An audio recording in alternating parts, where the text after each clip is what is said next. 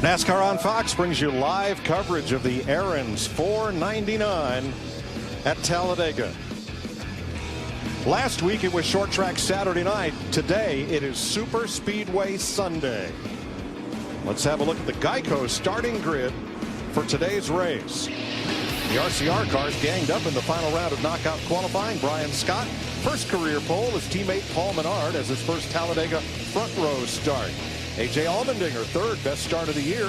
Casey Mears, whose only top 10 came at this sister's track Daytona. Austin Dillon, his third top 5 start of 14, and Ryan Newman, his best start of the season. That's all the RCR group.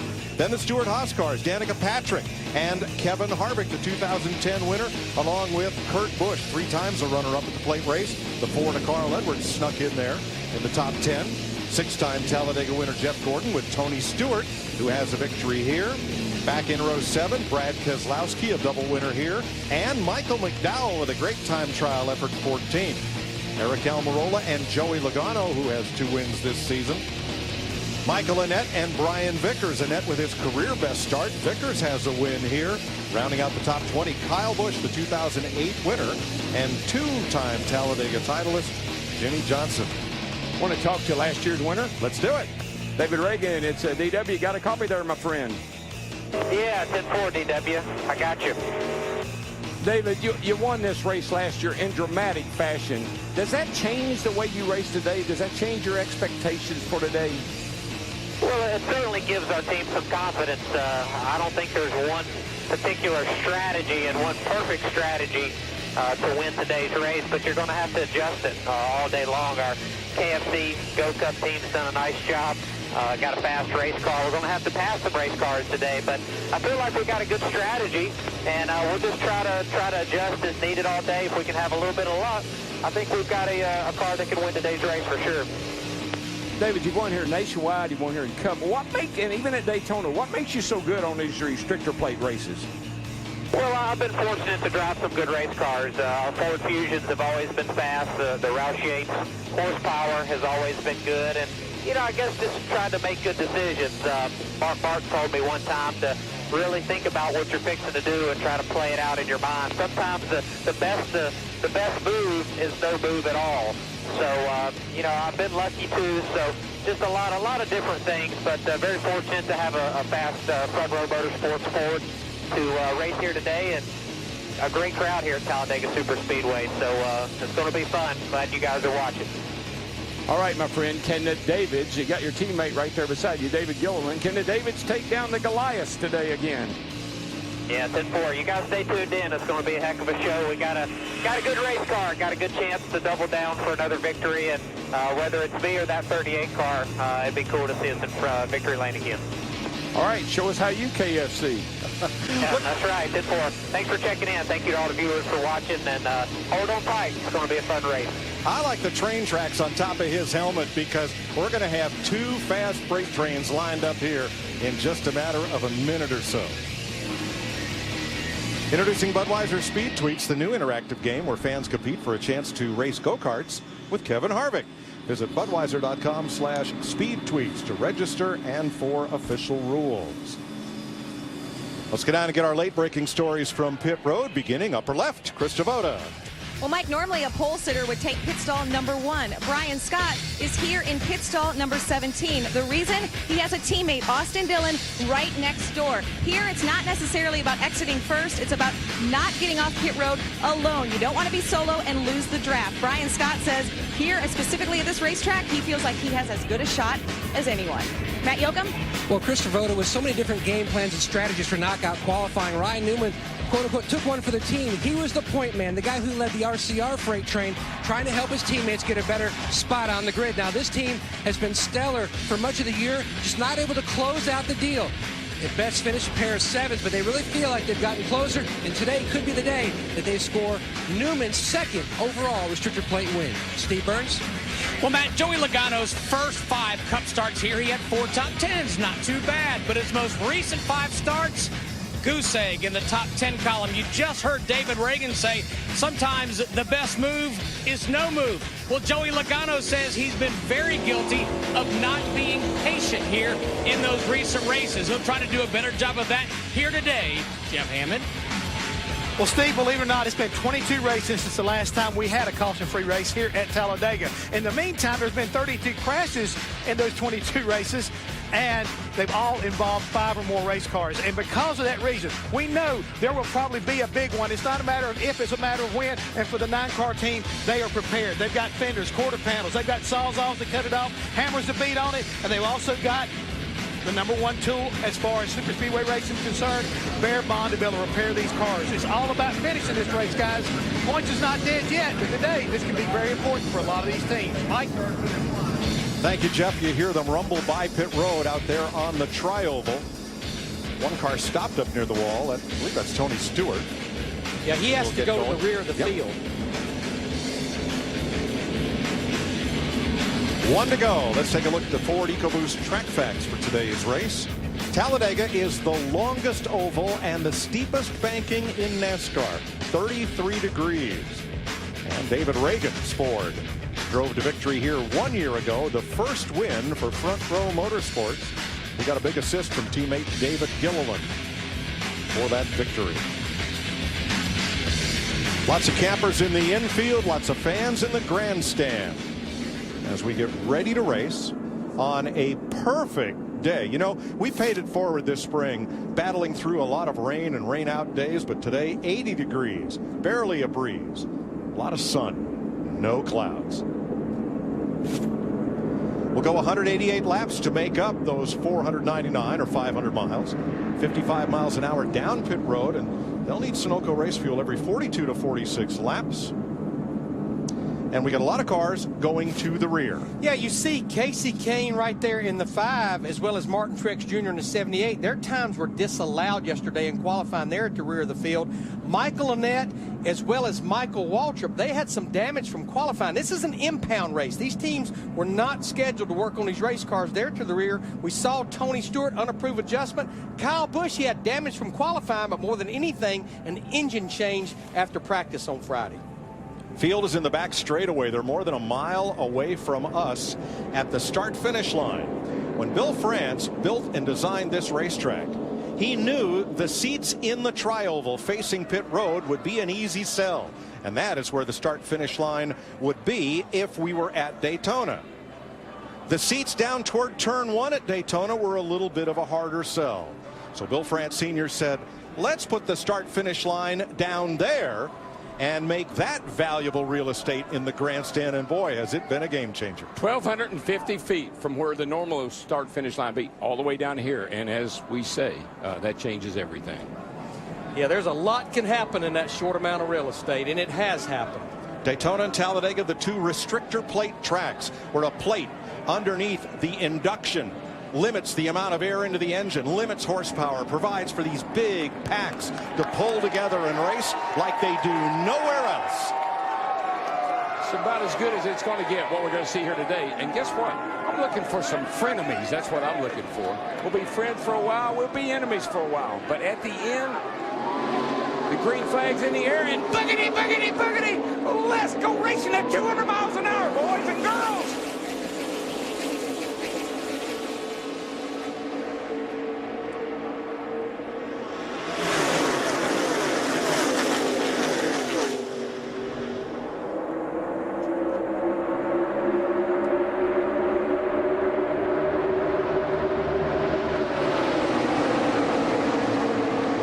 Speed still building. Two long freight trains of cars. Ambrose had a look to the outside, then Gilliland in that yellow car. But the field still pretty well formed up as they go into 3. We're starting to see a lot of 3 wide at the back of the pack, and actually starting to see 3 wide at the front of the pack. Kevin Harvick was in the middle, and then the top lane came down to join him, led by Brian Scott in the 33. Paul Menard from Wisconsin started second, comes around to lead the first lap. We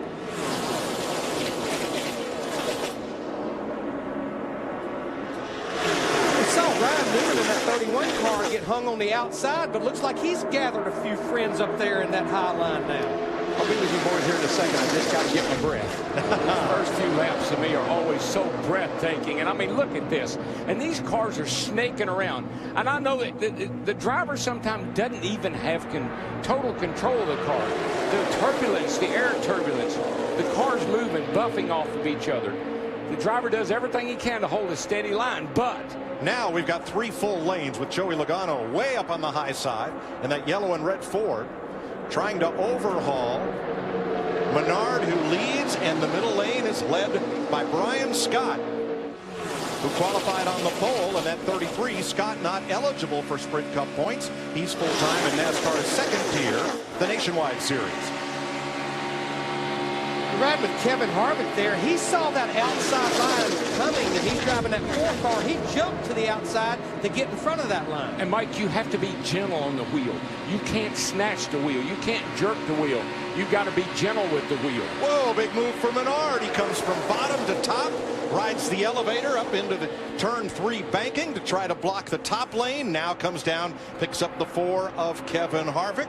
Will he come all the way to the bottom and pick up 47 Allmendinger? He does. Yeah, as long as they're side by side behind him like that, he's in pretty good shape. Doesn't have to really worry too much, but he's working the line. He's working the line. It's got to push. On the outside, Harvick and Carl Edwards. The inside line, Menard with Allmendinger. A lot of times, Mike, I think that's how you can tell how equal these cars are. The reason the inside line is faster, it's shorter. If the cars are fairly equal like they are, then the longer way around, you're going to lose a little bit of time when you get up on the outside. On the inside, that'll be Menard, Allmendinger, the 3 of Austin Dillon, who was the Daytona pole sitter, and Danica Patrick. Now, what they all don't have is the same horsepower. There's a variance there, and that can make a difference. I think Austin Dillon in that 3, he saw that top line was making a move, and he jumped up in front of Kevin Harvick in that 4, going through 3 and 4. So does Paul Menard now in the 27. It's almost like the line moves as depending on what drivers are in what line. Oh, yeah, it's what I say. I mean, a lot of it has to do with horsepower. Cars are pretty equal otherwise. Here comes Harvick up the middle. Danica Patrick leads the inside lane, staying even with Harvick, her teammate. This is one place where everybody will work with Danica. They trust her on this super speedway. She's really good with the restrictor plate car. Oh, by the way, she has a fast race car, too. Doesn't hurt anything.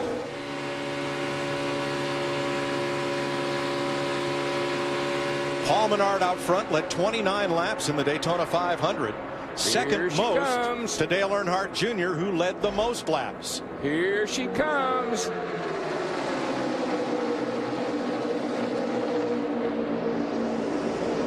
Menard from Allmendinger and Dillon on the top lane.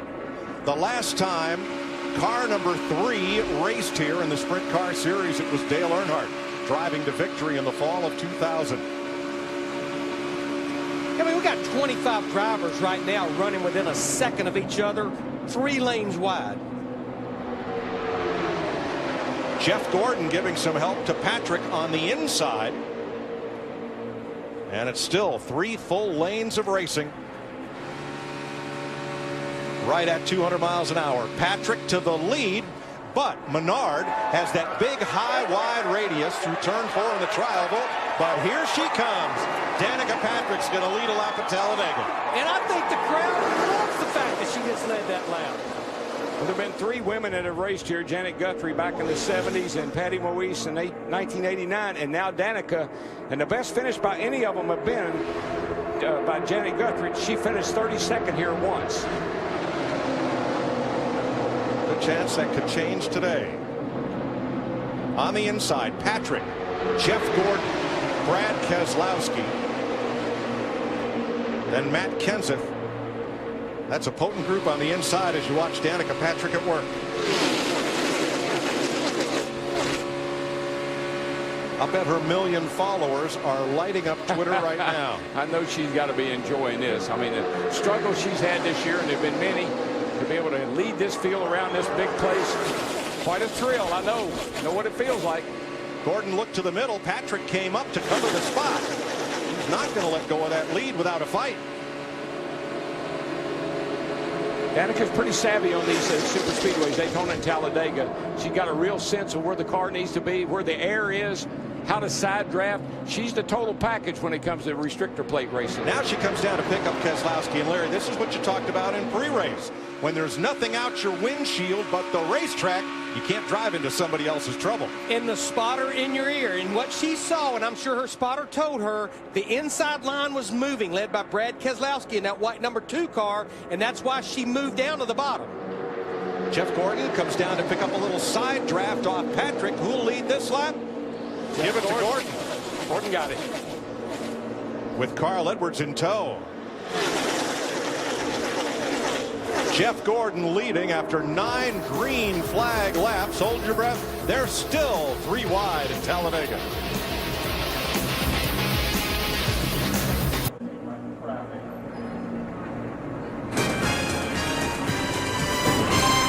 Welcome back to Talladega, where Paul Menard, Jeff Gordon in the middle, and Danica Patrick on the inside continue to battle for the lead.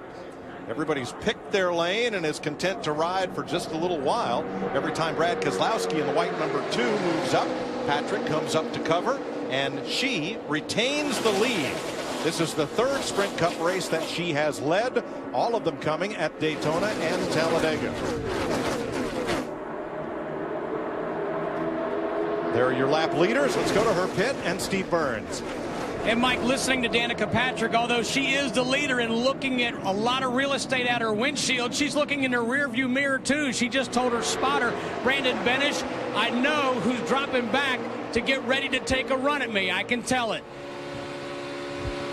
Well, for a moment, she jumped up there in front of Jeff Gordon in the 24 down the backstretch, but came right back down in front of Keselowski in the 2. Got to remember one thing, in this kind of racing, that yellow line is your best friend. That's just like having a wall down there. Stay on that yellow line. If somebody goes around you, make them go around you on the outside, like that. And that's what Brad Keselowski just did. Whoa! Oh, and going! And he gets tipped by Patrick, and he is off down to the apron. Save it. Can't save it. No caution. Oh, slides up the track and back down. And Trevor Bayne almost slid up into another car. He tried to force his way in front of Danica. I mean, he really didn't have her cleared. Brad Keselowski in the 2 tried to come down in front of Danica in the 10, and there wasn't any room. Now, likely the only damage, aside from flat tires, you can hear that tire flapping around, might be to the front splitter going from the track, the 33-degree banking, down to the apron and back again. Looks pretty solid right there. I don't see a lot of damage. I think tires maybe will fix this car. But he's got to make sure he doesn't run too fast and have a tire come apart, because then it'll destroy defender. That was just way too aggressive for this point in the race. All right, let's start up high. Brad Keselowski right now is 3rd. Danica Patrick on the inside in green and orange, the leader. So he gets a nice run. He comes up here. He's going to get he's going to get a little draft off of the 27 on the outside, a little side draft. He gets a great run, and he just all but cleared Danica right there, but he wasn't quite there.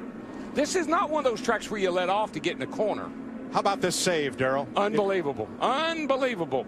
That shows some real skill right there. And these guys all missing him. Look at the 21 car. Oh, he almost took out Terry Labonte, but this place is wide. At Daytona, that would have been a multi-car pileup. Yeah, but this track is wider. You're going to see here, Mike. He just doesn't quite. He's almost there, but you're like I said, you don't back off on this track, and he came down just in front of her. But Darrell, it definitely looked like Danica Patrick's 10 car moved to the right just a little bit, and then they just come together. Yeah, but you know what? When you're beside somebody like that, you suck the car you're going around. You move that car a little bit, but I mean, whatever. He wasn't clear of it. Yes. Let's have a look off the rear bumper cam of the GoDaddy Chevrolet of Danica.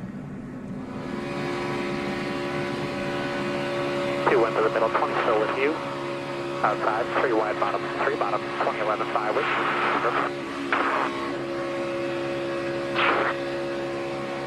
Look, Not your fault. call it what you want. He wasn't clear. You know, she hit him. You're running 200 miles an hour. You don't touch the brake. You don't let off the gas. You're riding with Keselowski. In line. Oh, really? Save it, save it, save it, save it, save it, save it, save it, save it, save it, save it, save it, save it, save it. No caution. No caution. Just save it, save it, save it. Caution, caution, caution, caution. I don't believe I need to hear all that. I don't I'm think so doing all I either. can, dude. Leave me alone. All right, pit road is open, Steve. And Danica Patrick should get just right side tires on this stop, Mike. Also, A.J. Allmendinger in the 47. He started near the front. Says, my car feels good. He'll get right side tires as well. Krista.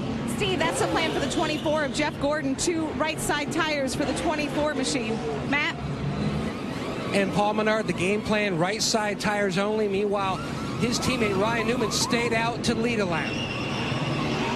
First caution flag of the day.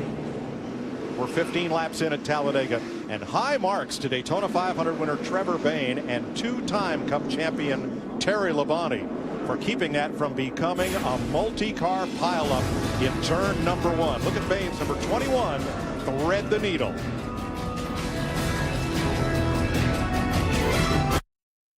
The Aaron's 499 is sponsored by Aaron's. Aaron's helps you own the life you want with no credit needed. By Sprint. Get a Sprint family plan for as low as $25 per month each. Visit a Sprint store today. And by Your Next Truck, Ford F-150. Getting ready for the restart after Brad Keselowski on the left and Danica Patrick got into it. Here's one more look. And we heard what Danica had to say afterward about this collision.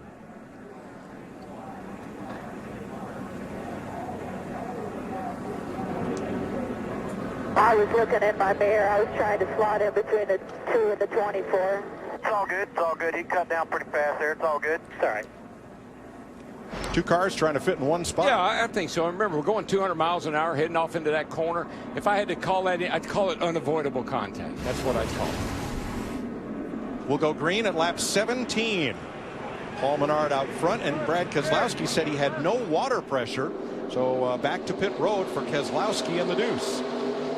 Yeah, they're refilling that water system. It's a pressurized system. Paul Menard and Matt Kenseth, the Chevy and a Toyota, to the green flag, and Jeff Gordon all over Menard on the inside. That third car on the inside, Denny Hamlin at 11, he started all the way back in the 30th position. He was really working his way up in that first run. One thing I've noticed, that 27 car, Paul Menard, he has got some straightaway speed, but when you get that 4 out in front of the pack, they're going to eat you up. But that 27 car is fast down that back straightaway.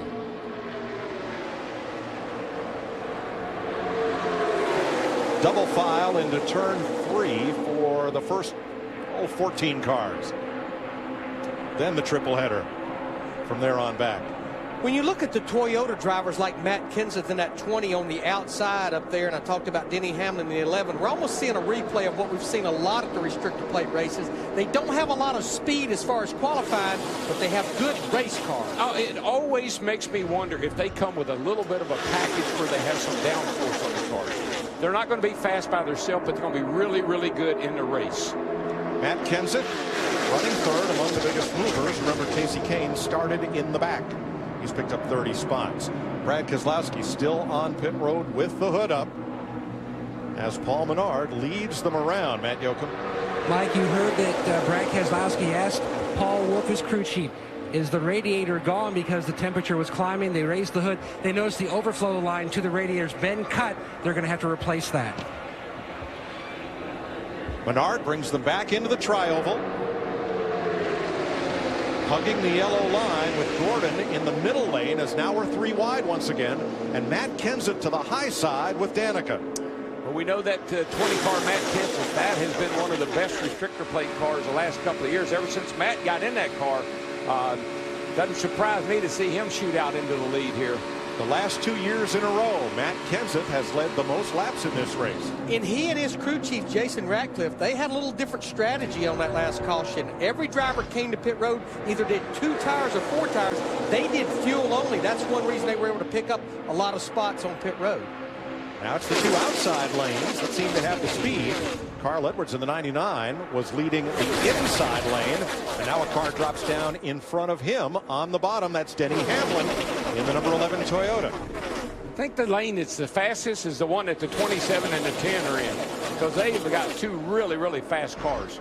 Paul Menard in the 27, Danica in the 10. to be able to get to the lead and hold it. Menard leads the middle lane with Jeff Gordon. Danica second in the outside lane behind the 20 of Matt Kenseth. See another player in this group up there. He's that fourth driver on the outside, Jimmie Johnson in the 48. I think that supports what we talked about at the top of the show. Normally, Jimmie Johnson's a driver that goes to the back. Here he is right up there in the thick of things, trying to get to the front. Johnson has 2 wins and 4 top 5 finishes in the last 5 races at Daytona and Talladega. His car on the inside, white with blue stripes. And there's last week's winner, Joey Logano, in the 22. He's found his way up here to the front and led that lap. And now Danica leads the middle lane, but they are not holding station with the inside and outside lane as you look back at Jeff Gordon. Danica even with the 4th car on the inside. Most uncomfortable place you can be, Mike, is in the middle right there. You're getting the wind, you're getting the buff off of both cars, the one on the inside and one on the outside. See how our car wiggles just a little bit? They're harder to drive and hold straight down the straightaway, which seems unbelievable to me, but they're harder to drive on the straightaway than they are in the turns. Car 22, Joey Logano, your leader. Let's see if he can come around and lead lap 22. From Jimmie Johnson behind him and Matt Kenseth on the outside. This is his 46th race with Team Penske. He's already led more laps for those 46 races than he did in 4+ years at Joe Gibbs Racing. Well, the 2 winningest drivers from last year, Matt Kenseth's up top there in the 20 and Jimmie Johnson down bottom in the 48. They're looking for their first win of the year. I got a feeling they think they got the cars to get it done today. Joey Logano in at 22. He keeps kind of going from the bottom to the middle lane there in front of Jimmie Johnson in the 48, Hamlin in the 11. That's what I always like to call working both sides of the street. Whichever line has to push, and the spotter will tell you, outside line's got to push, you'll move up. Bottom line got to push, you'll move down. Joey Logano brings them around on the outside. Matt Kenseth with teammate Denny Hamlin fight for the lead. Car 24, Jeff Gordon, is in 11th spot. Jack is back to live another day with 24 tomorrow night. Returns to Fox tomorrow night. We're live at Talladega, Alabama for one of the most suspenseful and action-packed races on the entire NASCAR schedule. And we're 24 laps into this race, and there are 41 cars you can throw a blanket over. 99 Carl Edwards, right in the midst of that lead pack, had a cameo on 24 several seasons ago. He had a walk-on part, so impressed the cast and crew, they gave him lines. He had a speaking role as a federal agent from Homeland Security. Yeah, Carl would make Jack Bauer a real good partner. Yeah, Carl, he's starred in a couple of country music videos. He's doing all kinds of things outside of driving this 99 car. He wants to star right here in Victory Lane at Talladega.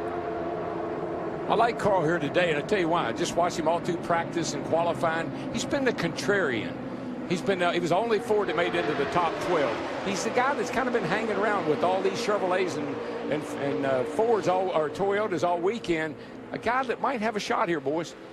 Well, now we've talked about the muddle in the middle, and the 8th car back in the middle lane is the number 3 of rookie and Daytona pole sitter Austin Dillon.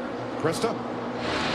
That's right, Mike, as the cars roar by the front stretch. You mentioned that number 3. Anytime a number 3 racing at Talladega, it warrants an update. Austin, before that last pit stop, told his crew chief, Gil Martin, do not touch the car. It is great. They took 2 right side tires. He is comfortable in that red, black, and white number 3. And you know, we talk about handling is not a big issue at Talladega, but stability is. Having a stable car, a car that you can get in the middle, that you can drive and move around, that's when you have a good race car. And it sounds like that's what Austin Dillon in the 3 has today, a very comfortable, stable car. You know, we spoke earlier about Denny Hamlin at 11. You think back to Daytona Speed Weeks. He did everything he could about do there except win the 500. He won the Sprint Unlimited, the Budweiser Duel, and finished second to Dale Earnhardt Jr. in the Daytona 500. Joey Logano edges Hamlin at the line to lead that lap. Yeah, Larry, after the disappointment of Martinsville, remember Martinsville? He said, I guarantee I'll win this race. He didn't even come close. And then we go to his favorite track, Richmond. No, not a factor at all. Got spun out late. Joey Logano, your leader. NASCAR on Fox continues after these messages and a word from your Fox station.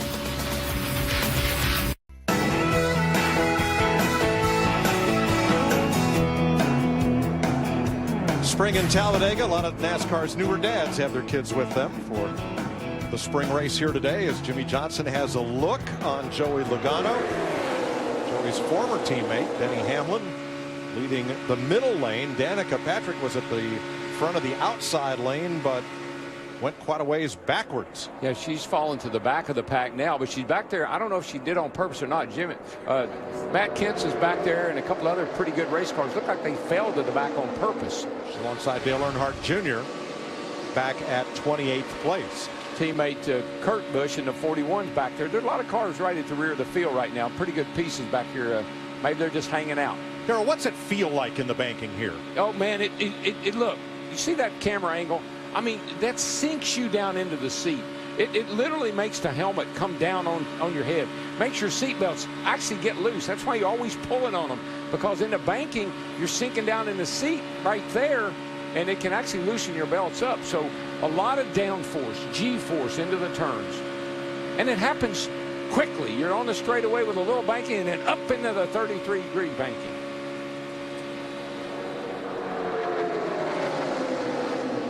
Denny Hamlin, the leader at 32 laps. We ask you to show us how you get ready for race day. Look at that Go Cup right there. David Reagan is going to show you how he KFCs at Talladega. Yes, he got NASCAR approval to carry that. So show us how you KFC, and you could be part of our next KFC social media pit stop. Last year's winner, David Reagan, started pretty deep in this field and has worked his way now to 13th over just the last 3 laps. But I've been watching David Reagan in the 34, and what he did, he jumped up to that 3rd lane, and he jumped in behind Kyle Larson at 42, as well as Martin Truex Jr. in the 78. Remember, Martin Truex Jr. had to start at the rear of the field. I think David has found a couple of drivers that they have fast race cars. I think David's one of those guys, he stays under the radar. He's really, really, really good on these restrictor plate tracks. I've watched him time and time. I watched him yesterday. He's really good, but he's subtle about it. And he's in the right place at the right time. Remember what I said about respecting this joint? That's what makes him good. He respects this racetrack. My man, A.J. Allmendinger, he's hanging in there, riding along pretty good shape. 47 on the inside. He was up near the front there for a good bit of the early going.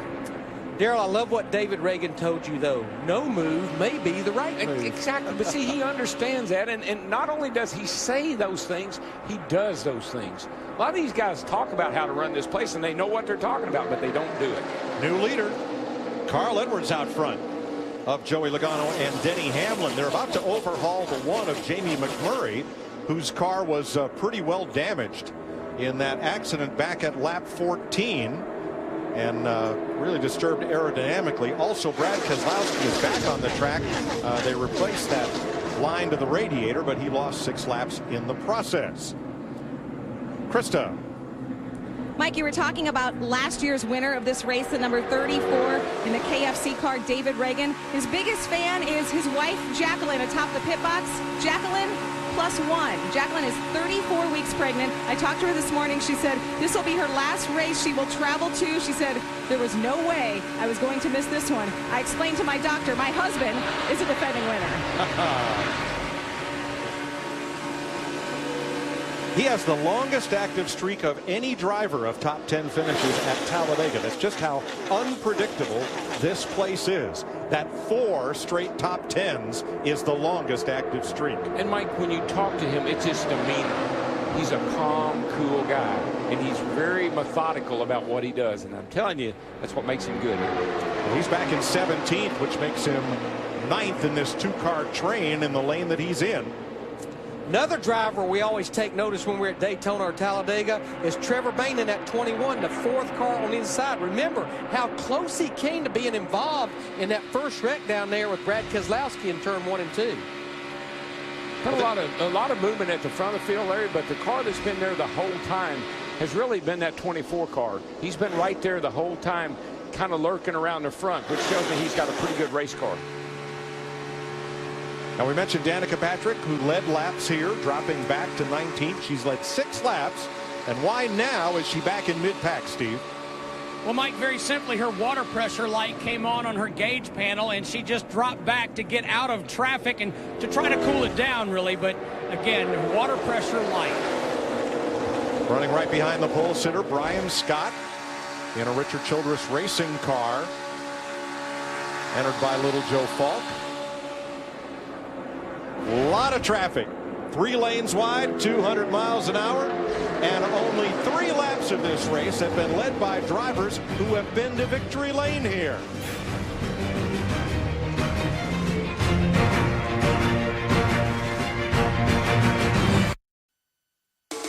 The Aaron's 499 on Fox is sponsored by Budweiser. Great times are waiting.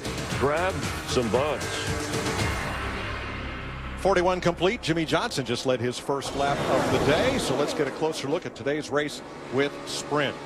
Kyle Busch up 35 spots to 6th is the biggest mover in the early going of this race.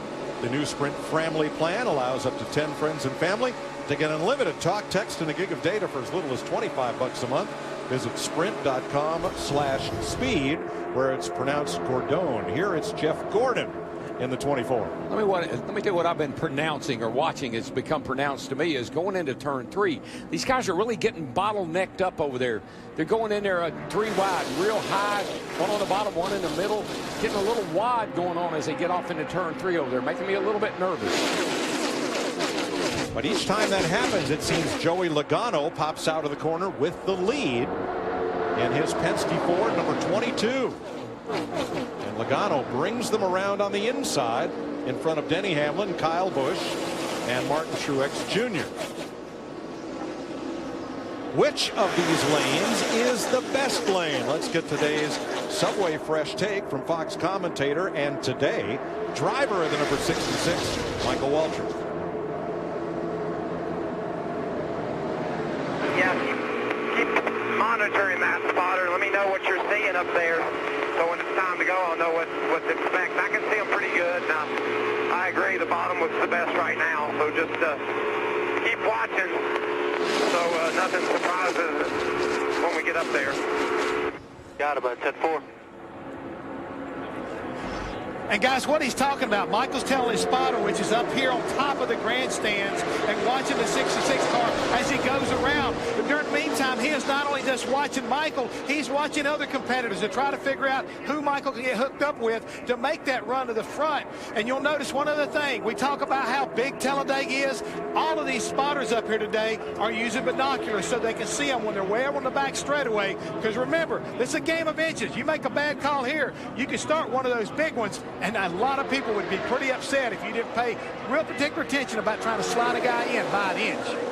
Thanks, Jeff Hammond. That's today's Subway Fresh Take. Look at this pack from first to 41st. Just 3.5 seconds. Yeah, those spotters up there that Jeff was talking about, they play all types of role. And, of course, as we get into the late stages of this race, they'll be playing deal maker. Darrell, Joey Logano has been tough to shake from the lead. I tell you, this 22 car has been tough all year long. I mean, you think back to Texas, you think back last week at Richmond. Every week, this has been a car that's been up front, leading laps. Joey is just doing a whale of a job. He and Todd Gordon, great crew chief, good combination.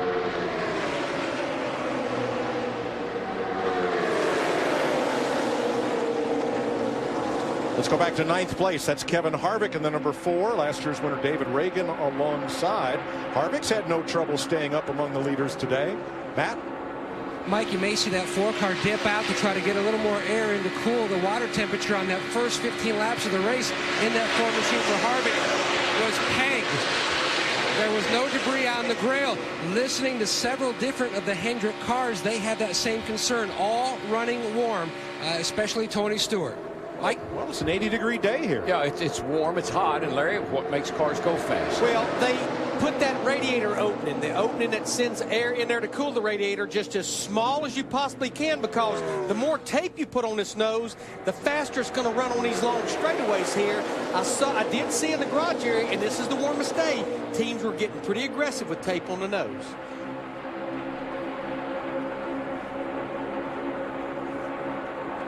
Let's go back to the front where Joey Logano continues to lead. And Steve, I believe this has been the longest continuous stretch of leading by one driver in the 46 laps so far. I think you're right, Mike, but although he's out front, he just told his crew chief, Todd Gordon, he said, I'm starting to get loose. You're going to have to tighten me up when we make our next pit stop. Well, what happens is the fuel burns off, the back of the car gets lighter. The back of the car comes up, and these cars are difficult to drive down the back straightaway because that's where they have the least amount of downforce on them going down that back straightaway. They get real light. Then you get loose getting in the corner, and I'm sure that's what he's dealing with. Well, and Darrell, he's out front because he's getting a lot of front downforce. Those front tires are biting good right now because he's in clean air. Yeah, you get somebody up on the back of you, and the car's getting a little light in the back. It does make them hard to drive. Maybe I'm just used to seeing him out front. Earlier, Joey Logano led 11 straight laps. As he crosses the line now, that's 7 in a row.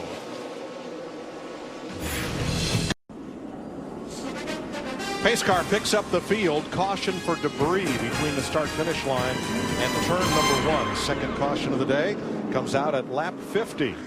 Pit road will be open next time by. And Jamie McMurray, who is 7 laps down with crash damage to the left front. He will be our Aaron's lucky dog and get back one of those laps. You don't need credit. All you need is Aaron's. Saturday, May 17th, NASCAR's best take to the track in a fight for $1 million. It's the NASCAR Sprint Cup All-Star Race, part of Fox Sports 1's 10 Days of Thunder. Saturday, May 17th, 8:30 Eastern. To find your channel for Fox Sports 1, go to foxsports1.com today. This is Joey Logano's 22nd restrictor plate race. That means at Daytona and Talladega, the engines are restricted as to horsepower, and it provides this big pack racing, and that's done to keep the speeds of these cars at or under about 200 miles per hour. This is the most laps that Logano has ever led in a restrictor plate race. As you see the flag man waving the green flag at the inside of the track that signifies pit road is open while the track is under caution. So Logano, Kyle Busch will lead them down. Yeah, we were within about 10 laps of what would be green flag pit stops. I think we'll see a lot more 4-tire stops on this pit stop here. Steve Burns. And Larry, you're exactly right. The 22 Joey Logano saying that his car has gotten loose. They'll make a chassis adjustment. Also, Kyle Busch in the 18 said it's getting grimy out here. I'm getting loose. He also wants some water in a bag of ice, Krista. Jimmie Johnson needs 4 tires because he had gotten tight when he was on 2. He also has a hot foot, talking about heat hot. Meanwhile, David Ragan, conscious of that 48 right there, they too come in. Yeah, David Ragan in that 34, he was having to back up and everything else on that pit stop. Now David Gilliland, Terry Labonte, Ryan Newman, Casey Mears, Michael Waltrip stayed out on track, did not pit. Kyle Busch is the first off pit road ahead of Joey Logano. We're under caution for debris. The Aaron's 499 on Fox is sponsored by Camping World, your #1 source for everything RV. By the Dodge Charger, born Dodge. And by KFC. So many ways to KFC. How do you KFC? 53 laps complete, finishing up the second caution of the day. This one for debris in turn 1. You're riding with David Ragan, who had a little difficulty getting into his pit. He's pitted right in front of Jimmie Johnson. Johnson's crew said, hey, would you please stop deep in the box so we can get out? We're coming in ahead of you. Ragan obliged. He's right up close to the white line at the end of his pit. Then Reed Sorensen comes in, and when Ragan's stop is done, he can't get out. Yeah, the only thing that salvaged not losing a lot of spots, as you can see, he was the only driver that changed just 2 right side tires. He's still inside the top 10, but whether they went with 2 or 4, he was going to be blocked in by that 36 of Reed Sorensen. Hey, he got a few brownie points right there. Might need you to help me later on in the race. Okay, getting ready for the restart. Long stops for Tony Stewart to reset the pressure relief valve and work on the hood-mounted cowl flap for Kurt Busch. But we're back under green with Kyle Busch battling Joey Logano, Toyota versus Ford, for the lead. Safety truck did pick up a small piece of debris just down below the yellow lines right here, just past start-finish line. I watched the guy get out. Looked like a piece of aluminum. Just a reminder, Kyle Busch in that 18 car started at the tail end of the field because of an engine change after practice on Friday. Rookie Justin Allgaier reporting that his number 51 is overheating. That's another Hendrick engine. We're hearing a lot of the Hendrick engine, Hendrick-related drivers with their cars that are running a little warm.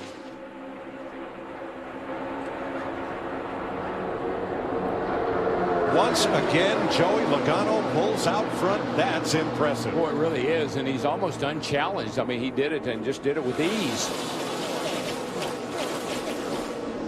Have a look at our Toyota top performers in today's race. Kyle Busch in second. Matt Kenseth currently fourth. Denny Hamlin and Brian Vickers. Problem with these races, Mike, the longer you go, the braver you get. You know, you start off, you're real cautious, you give, you take, you let everybody in, you don't do anything aggressive. But as the race goes on and on and on, you start getting a little more aggressive and you start putting the car in places that maybe you shouldn't put it. Well, Dylan, you just build up your memory bank with I did this and that worked. Let's try that. Oh, yeah. No, you move around. You want to play around here and see what line works best for you and your car, who you work best with, who you draft well with. You're doing a lot of things right now other than just going around the racetrack logging laps. Whoa, Joey Logano almost got a bumper full of Matt Kenseth as he came down to the bottom of the racetrack. Yeah, about the time Darrell Waltrip was talking about moving around, that's what Joey Logano on that 22 was doing. But now Greg Biffle in the 16 car started all the way back in the 31st position. He wants the lead down the backstretch. I'm just wondering if Logano had to lift a little bit and catch his breath after that little deal with Matt Kenseth.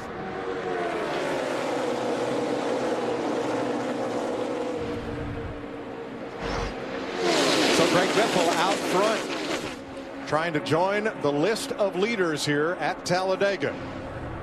We've had 12 different leaders, 19 lead changes. Biffle inside, Jimmy Johnson outside.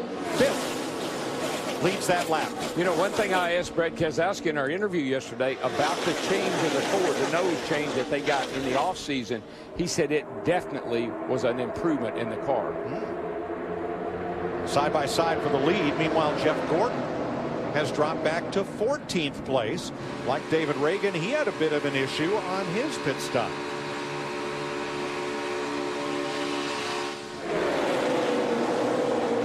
Landon Castle in the 40 car had him blocked in. This is a Hendrick engine. What I also saw is a crew member pulling a little bit of tape off the nose of this race car. One thing you have to be really careful of is jamming your car in reverse. These transmissions are pretty fragile. You jam that thing in reverse and spin the tires backwards, sometimes you can tear a gearbox up. But what happens on pit road here, Mike, is we had, like that time, we had 41 drivers on pit road at one time because we had that many on the lead lap. That's right, Larry. Right now, first to 41st is covered by just 3 seconds. And when pit road opens, all the lead lap cars are eligible to pit at once.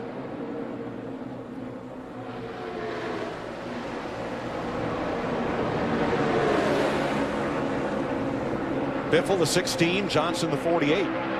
Continue to fight for the lead. Rookie Austin Dillon second on the outside. Mike, you know, at Daytona we talk constantly about side drafting. It's not as effective here because this track is so wide. At Talladega, at Daytona, the wall is next to you pretty close by, and you do get a little different airflow off the cars there than you get off the cars here. Now, what happened to the 3 of Austin Dillon? Drifted up high coming into the tri-oval, and he went from 3rd to umpteenth. But Jimmy Johnson in the 48 went up there. He went with him. Johnson had room to get back down. Austin Dillon thought he had enough room, and Brian Vickers in the 55 was there, so he had no choice but to stay on the outside. Oh, yeah. The old brave meter is moving over a little bit. They get more and more brave. You see it just constantly. Things pick up.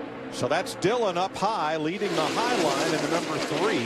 His dad raced in the Busch, now Nationwide Series. His grandfather, Richard Childress, ran his first Sprint Cup race here at Talladega, the start of a long career that then led to championship-winning team ownership. Starting to see another driver make his way to the front. That second car behind Austin Dillon on the outside, Dale Earnhardt Jr. in the 88 car finished second here in the fall and obviously won the last restrictor plate race, the Daytona 500. Matt? Dale Earnhardt Jr. hasn't mentioned much about the car running warm, but his biggest complaint was the car was too tight when he wanted to run the bottom lane, so they made a chassis adjustment on that last stop on the 88 machine, trying to get a little more grip to that right front. Now there's 3 of the Hendrick cars right together, the 5 of Kasey Kahne, 24 Jeff Gordon, and 88 Dale Earnhardt Jr. from 10th spot on back. Another guy up here in the Aaron's car, Brian Vickers. Brian had a great car last week at Richmond. Had a little issue in the pits and then got shoved up the hill late in the race, but he had a fast car, got up to 3rd last week, running great here today in that Aaron's car. And of course, what better race would it be to win than the old Aaron's 499? In one of his 3 career wins right here at Talladega back in 2006.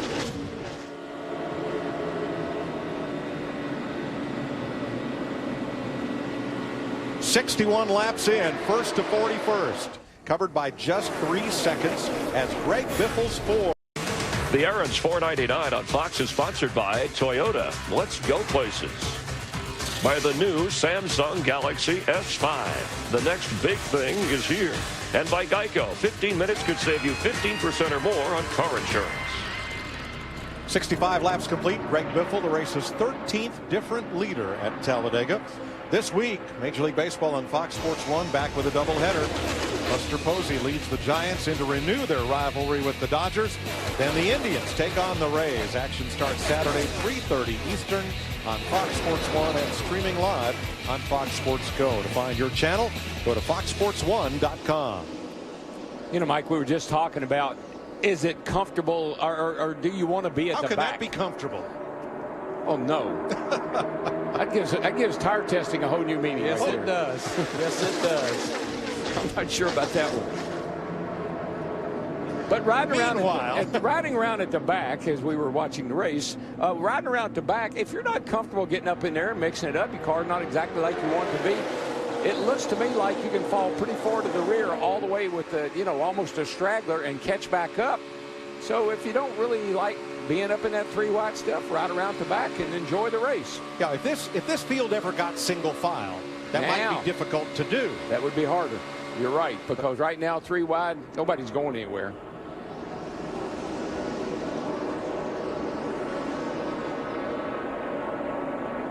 The biggest difference between Daytona and Talladega, Daytona is like a 2-lane racetrack, really. I mean, that's when you're the most comfortable. Here, it's a 3-lane racetrack, and you're very comfortable running 3-wide here. It's not dangerous. It's not as hard. It's very difficult to do at Daytona. Pretty easy to do here. Now, here they go into turn 3, Darrell, and every time they do, I see you wince just a little. I'm just nervous about turn 3. You got guys that are closing up at a high rate of speed. They come down the back, they get a big draft, and they really close up fast. I've seen them go in 3-wide over there several times with the guy up on the outside looking like he didn't have quite enough room.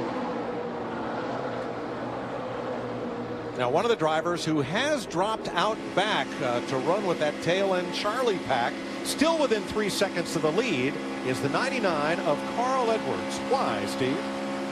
Mike, he says, I have a vibration. It might be a wheel weight, but I'm just going to keep an eye on it and ride right now. And to your point, he did spend some time at the front. But look, maybe they see the same things that we're seeing. Maybe these guys, because these guys in the back are getting a little further back. And I'm telling you, it's getting pretty tight getting into turn 3 over there with these leaders. Yeah, I don't think if we can promote enough, and I look at these drivers at the front of this pack 3 and 4 wide, the racetrack has plenty of room to do it, but they're doing it at 200 miles per hour. Everybody's got to hold their line. And now the fuel load is starting to lighten. The tires are starting to wear. The characteristics of the car a little different from when they came off pit road. Yeah, now you chase the car a little bit. Now the car wants to wiggle around a little more, move around a little bit more from the air buffing off the other cars. That's when you really have to hang tight onto that steering wheel. Hammond, what do you see? They making you nervous in 3 over there? Well, Darrell, it's not so much turn 3, but when they bunch up off of 3 and 3 coming off of turn 4, you can throw a blanket over them. They are so close together during this point right here. Look right at my shoulder. They're coming through turn 3 now. This is the exit off of turn 4, right above them. You see these guys, they start closing up tighter and tighter, and all of them go by. It's incredible that they haven't gotten together somewhere during the course of this day, and we haven't had a big one as of yet. You can see some of them guys starting to back off that a little bit, worried about it maybe happening. And Darrell, the other thing I think I'm seeing and hearing is now that these drivers and their teams have a year and a half, close to a year and a half under their belt with this Generation 6 car, finding things to make the cars run faster that can sometimes hurt the way they drive. Throw in the fact of probably a track temp well over 100 degrees. I'm hearing a lot of drivers complain about the way their cars drive. Yeah, they're not driving good, and you mentioned the heat. This is the hottest race car you'll ever drive. The cars are sealed up so tight aerodynamically, and then you're in a pack like this, you're getting the heat off the cars in front of you. A lot of the guys were telling me they had special insulation in the floor from here, from a space shuttle. Guys had special shoes with carbon fiber inserts, special gloves. A lot of guys really thought hard and long about coming here being prepared for a hot day. 70 laps complete. Greg Biffle, your leader. Chevrolet and its dealers proud to support Military Appreciation Month with the best military purchase program for all who have served. Learn more at ChevySalutes.com. You know, one time we got our hands on some of the tile like they put on the space shuttle, and we glued that to the firewall, and boy, did that make a difference. And then we started putting it in. I can't tell you how we got a hold of it, but we got a hold of it. You put your best man on it, Hammond. Hammond, yeah. See if you can get me some of those tiles off the space shuttle. He was hanging on to that bad boy. Jimmy Johnson leads the outside lane in his Lowe's Chevrolet, while up front it's the 3M Ford of Greg Biffle. 72 laps this time around. Biffle has Matt Kenseth and Kyle Busch and Denny Hamlin, all three of the Joe Gibbs Toyotas, right on the back bumper of the lead car.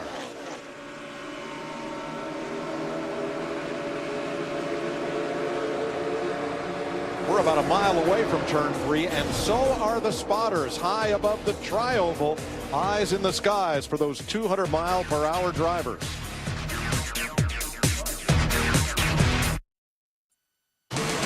The Aaron's 499 on Fox is sponsored by Aaron's. Aaron's helps you own the life you want with no credit needed. 76 laps in. Greg Biffle's now led 19 of them. He's out front. Here's a closer look at today's race action with Sprint. Biffle's number 16 Ford has the fastest lap of the race, 202.5 miles per hour. The new Sprint family plan offers up to 10 people unlimited talk, text, and a gig of data for as little as $25 a month each on the Sprint network. Visit your Sprint store today. Mike, the old Biff's going for a record. He's got 81 consecutive races where he's been running at the finish. The record is 83, and so he's got a good shot at breaking that record. Krista? Greg Biffle with a very strong car, especially on that bottom line. His spotter, Joel Edmonds, has been telling him, watch the middle. That 48 has been very strong in the middle, but so far that bottom line is with Greg Biffle leading is holding the charge. Yeah, agree. Short way around. And as we get to 2 wide racing, it's still a little bit of 3 wide here, but things have gotten a little tame for the moment. Last caution flag was at lap 50, so still a ways to go here before we might see green flag stops. Yeah, probably about 15 laps before we would see green flag pit stops. Dale Earnhardt Jr. in the 88 behind Austin Dillon in the 3. Matt, I don't believe Jr.'s made it up into the top 10 yet today. Mike, he was trying to utilize the outside lane until that last pit stop because he could not run the bottom. Now he's back on the bottom, running in the 17th position in the 88 car. Now his spotter, TJ Majors, he and Dale have worked together since the very end of the DEI days. Right now, though, he was giving him a couple different descriptions of some things. He said, look, do you want that much detail? And Junior said, all info is good info. So even though they've worked together so long, always ability to call an audible and adjust your skill set. Yeah, I found it interesting in the media center on Friday. Dale Earnhardt Jr. said he felt like their restrictor plate program as far as their cars had gotten behind, but they've come to life of late. Of course, winning the Daytona 500, finished second here in the race here in the fall last year. And Larry, you do need that spotter to keep you. You heard Michael say, you know, keep me informed about what's going on up in the front so I know what lane to go, what to expect when it comes time to go. I think Dale Jr. is a lot like that. He absorbs a lot of information. And it's not just for casual information. It's things that he can use when it's time to go. Now, while Earnhardt has not made it into the top 10, Jeff Gordon has been at the front of the pack today. But look now, he has fallen way back to 38th, 39th now. And another of the Hendrick-powered cars, Tony Stewart, last car on the lead lap, 41st. Now we're hearing there is nothing over the in-car radio from Jeff Gordon to indicate a problem. Sometimes, Mike, you just need a break. Sometimes you've been up in there, it's so intense. I know, folks, I know you look at these cars and you say, well, it doesn't look all that. It's so intense when you're up in here 2 and 3 wide. Sometimes you just need to back up, get a deep breath, and then regroup and go again. It helps you out later on. But I think that pit stop problem put him in, remember what we called it, the middle of the hole. And I think he said, you know what, I'm going to go back here and I'm going to get out of this hole and I'm going to go back here where it's a little safer right now for a while. Larry, look at the speed on the Harv's car there. He's bouncing right around 200 miles an hour. He's lifting a little bit there, getting down in. Of course, they didn't run over somebody. A lot of RPM, 8,400 RPM. And he's sitting on a hot stove, I'm telling you. There's a lot of heat inside these race cars. That throttle right there, as you can see, it's wide open all the way around this racetrack. You really, believe it or not, you use the throttle a little bit, you use the brake a little, you drag the brake a little bit to kind of hold your position, and you never stop focusing. You're constantly looking ahead, looking in that mirror. You need to know where everybody is at all times. How about Harvick, Matt? And he's also looking at that water temperature gauge, Mike. It has not improved. Still complaining that the car is running extremely warm.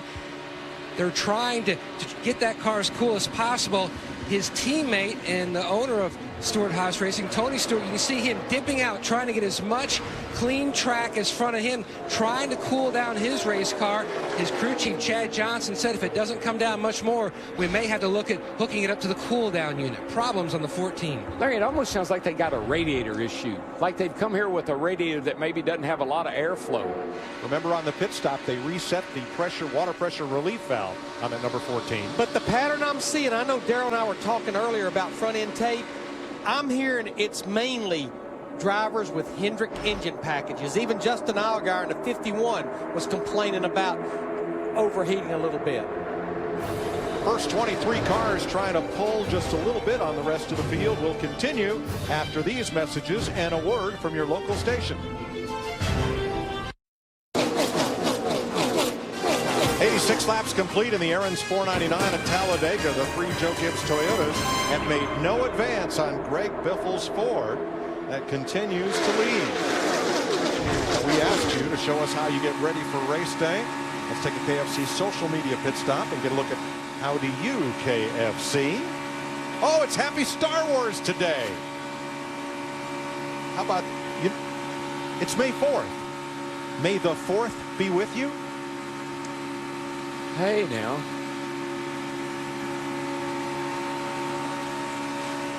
While you ponder that, here comes Kenseth right to the back bumper. I'm trying to figure out how to tie that into this race. There may be a way. Jimmy Johnson leads the middle lane and Trevor Bayne the top lane. How about that second place car of Matt Kenseth? Steve. Yeah, he just remarked, Mike, that he said, I can stand to be a little bit tighter when we make our next stop as we close in on pit stops. Yes, Steve, I was just looking, and within the next 8 to 10 laps, we'll see green flag pit stops. A couple of things about green flag stops here.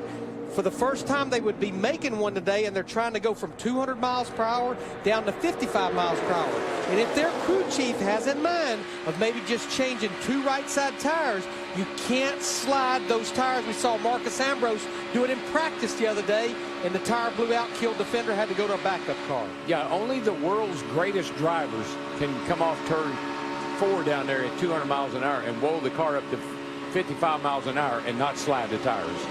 That takes skill. Darrell, I think at this point of the race, still over halfway to go, and with the handling being an issue and how long you're going to have to wait on fuel, my preference would be, I think you should put 4 tires on it right now. Oh, I wouldn't. You got to put fuel in it. You got to fill it up, yeah, so you got to be there anyway, so why not? And the drivers, most everybody we've heard has been complaining a little bit about the way the cars are handling and driving. And why wouldn't they, Darrell? We've just run 34 consecutive green flag laps. That's the longest green flag run so far today. Yep. Well, you get a good idea about what you got here. You'll get fuel mileage reading. You get a good tire wear reading. This is a vital pit stop coming up for information.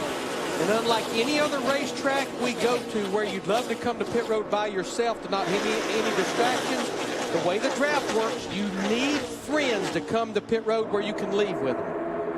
Look at that man in the middle, young Alex Bowman, a Sprint Cup Series rookie. He's having a great day here for BK Racing. He's in 12th place, 13th right now, right up there with the leaders. Really good kid. I like him. Right behind him comes the 31 of Ryan Newman. Matt? And Mike, they were planning on pitting around lap 91 to 92, and they have their pitting partners all lined up. But the concern for Newman earlier in this run, he said his car was running warm. That's why he dropped to the back, and they're planning on pulling some tape off the grill when they hit pit road. Mike, you know how you can tell they're getting close to a pit stop? See what's happening? They're starting to get single file. Everybody's starting to group up, get single file. Who am I going to pit with? Here we are making deals. You can see one of Greg Biffle's crew members over there talking to the crew of Matt Kenseth 20 team. Just like I said, you want to come to pit road with friends. Jeff? And Mike, I'm over here off of turn 3, and what Darrell's talking about, you're starting to see it. A lot of hand signals inside these race cars, and these guys at the top realize we got to get back down to single file if we're going to make it to pit road, and a lot of negotiating going on, at least entering turn 3, coming down this back straightaway. And here they come. Paul Menard leads the first group to pit at lap 91. About 7 cars peel off and hit the pit lane for the first green flag stops of the day. Krista.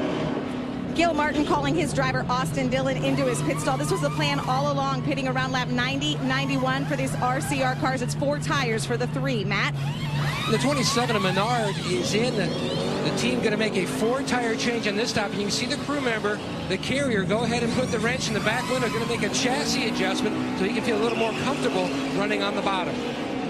Paul Menard and Austin Dillon lead this group off the pit road. Martin Truex, then Alex Bowman, A.J. Allmendinger, Brian Scott.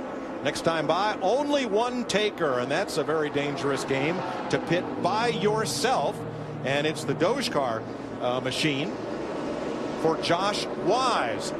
Doge is a internet cryptocurrency. It's not traded in dollars, but a win here would pay $596,664,147 Doge coins, and a group of people on Reddit.com that are NASCAR fans crowdfunded this sponsorship for Phil Parsons Racing and Josh Wise today. Yep, I looked it up on the old Google machine, and it's quite a deal he's got going on here. It could turn into something really big.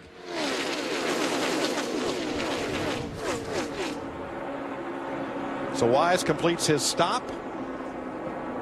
And again, this time by one taker, someone else who did not find a partner to pit with, and that is Landon Castle. Going to be halfway to come around.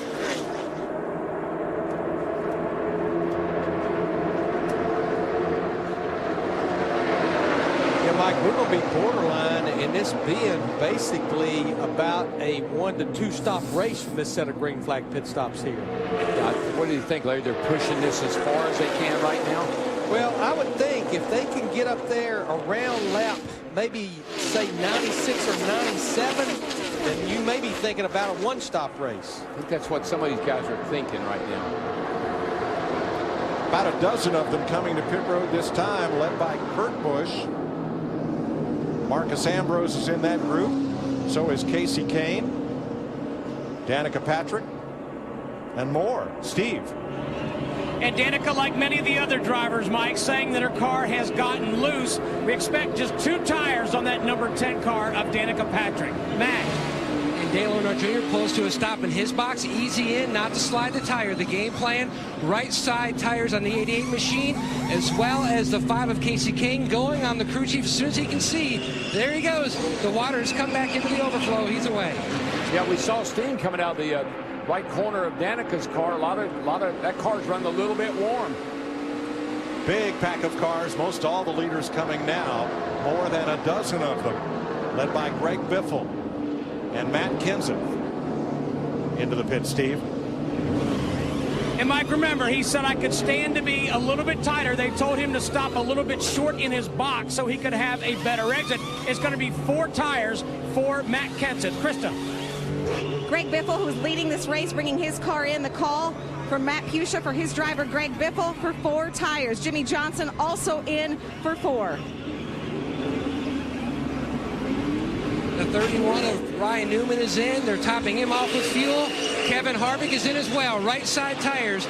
The strategy up and down pit road in my area. 6 cars have not yet made pit stops. Race leader Carl Edwards coming now with Michael McDowell, Trevor Bayne, Eric Almirola, Ricky Stenhouse. Those are the cars yet to pit, and here they come, Steve.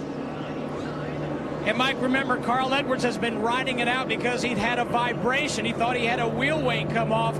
Right side tires are on. They will make a 4-tire stop on the 99, Krista. Jeff Gordon, who had been running in the back of the pack, his crew and team saying nothing was wrong with the car. He just wanted to stay out of trouble. The call on this pit stop for 2 tires is the plan. Jeff also wanted him to check the splitter. And they're waiting on the fuel. And it is a 2-tire stop for Jeff Gordon. That right there is the reason I say, look how long they had to wait on fuel. I don't understand not changing 4 tires. Why would you do that? And on the 99 car, they had an issue with the jack on the right side of his car. It slowed his stop way down. Now, Michael McDowell was the first out of the pits in that group, and that's significant because he leads this lap. Now they'll get all overhauled by Greg Biffle and the rest of the pack down in turn number 1. We're just past halfway at Talladega and the first green flag pit stops of the day. Our Liberty Mutual halfway report coming up after the break. Green flag pit stops complete.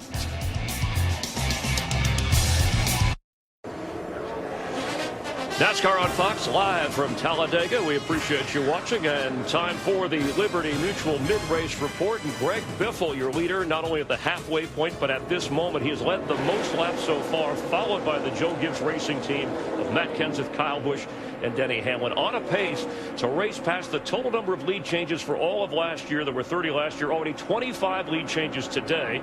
2-time Talladega winner Brad Keselowski brushed up against Danica Patrick on lap 14, nearly created a multiple wreck. Currently running last, 6 laps down. But in the first half of this race so far, no major crashes, but a long way to go. Darrell Waltrip, who are you keeping an eye on? Well, I'm keeping my eye on the guy that won the most races last year, Matt Kenseth. You know, he's won twice on restrictor plate tracks. He's led 506 laps in the last 9 restrictor plate races. Watch Matt Kenseth. Well, how about his teammate, DW? The 18 of Kyle Busch, top 5 in 3 of his last 4 events here to go with the win back in 2008. I'll tell you how good his race car is. They haven't made a single change to that number 18, Larry Mack. Well, Steve, Jimmy Johnson in that 48 team, they have 2 wins here, but you normally don't see him racing up near the front until the end. But this race, he's been up there all day long. You know what? The question about when he'll win in 2014 may get answered today. Matt. Larry Mack, the car who's second in line on the outside. Dale Earnhardt Jr. over the last 9 restrictor plate races, half of those he's finished second or better. Now the car was a little tight on the first part of the race. Now the car is perfect. Keep an eye on the 88 for his 6th Talladega win. In 22 starts at Talladega, Greg Biffle's best finish so far is 4th. He's led the most laps today. He's been running at the finish in the last 10 races here. And oh, by the way, Chris, it's a contract year for Biffle. He's standing on the gas. Sign me up. And Joey Logano told us on our pre-race show his game plan was to drive hard, early, often, and all day. And he's shown that. He's led 4 different times today. Already he's won twice this year. Over his career, he's won on 5 different tracks, but never here, never on a restrictor plate track. And right now, Michael Waltrip in the 66 Blue Def car is out on the track. Let's check with him. Yeah, somebody's got to take those right side tires and figure out what the hell. I mean, that was ridiculous. That's what it was. No doubt. Unbelievable that a car could shake that bad with a set of tires on it. Unless they were just, something was wrong. All right, 10-4. All the wheels look good, so it was definitely a balance. That we'll get them balanced. We'll go take them, get them balanced, get an answer.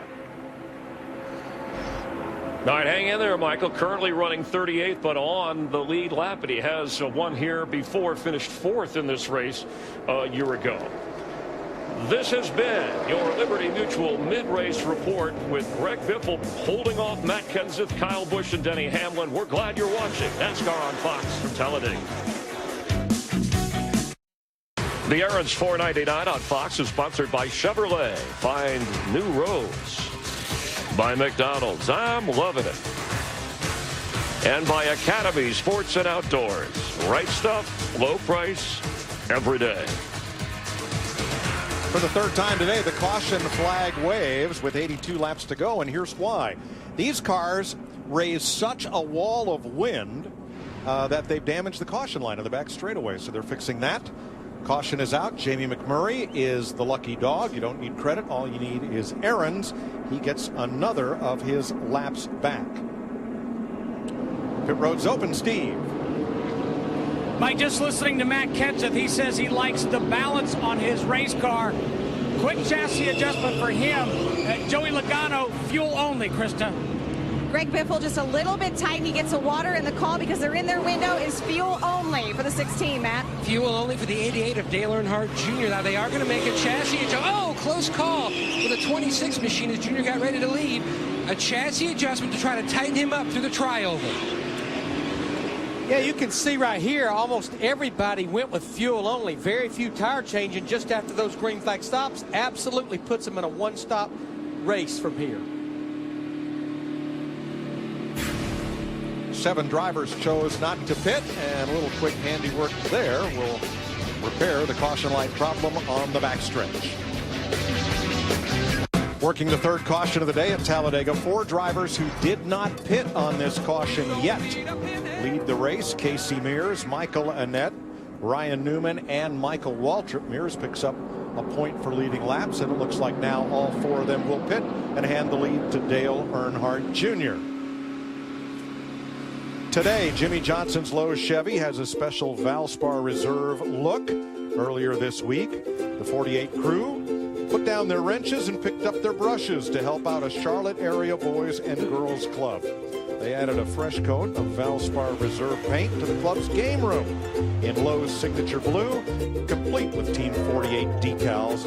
Valspar is available only at Lowe's.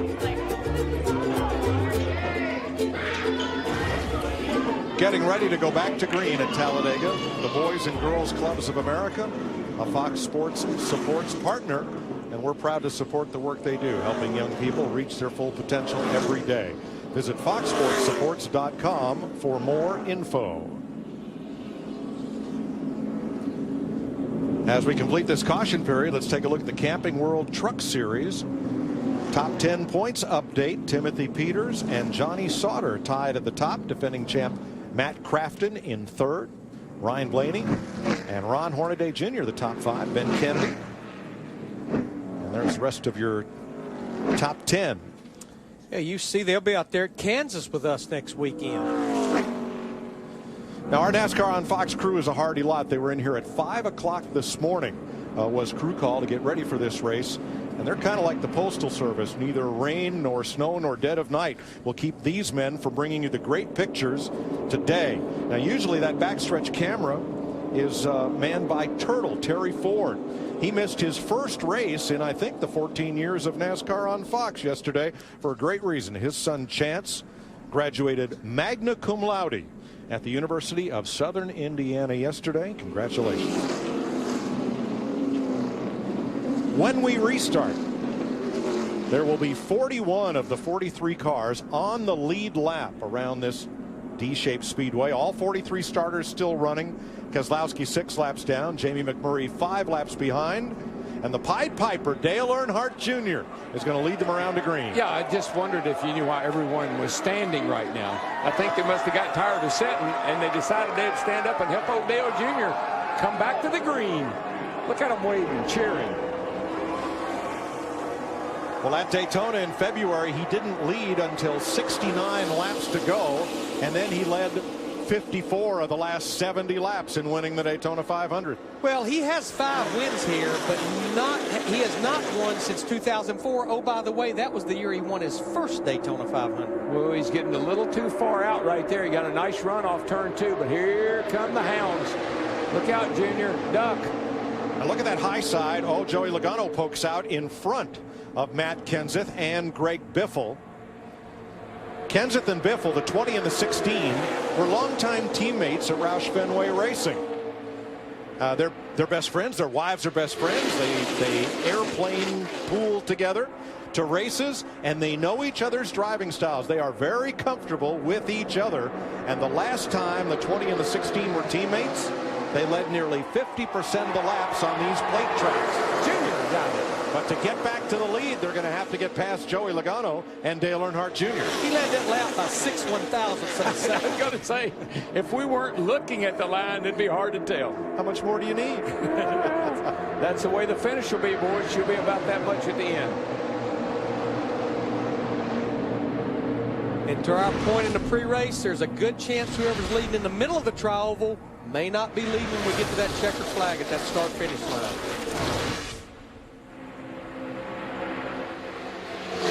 See, I've seen a lot of races here, but this is the most organized 3 groups or 3 lines of cars I think I've ever seen.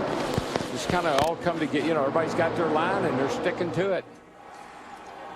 Well, one line that has formed is that line on the outside. Trevor Bayne in that 21 car. He has Ricky Stenhouse Jr. in the 17 behind him. Ricky did finish 3rd here in the fall of last year.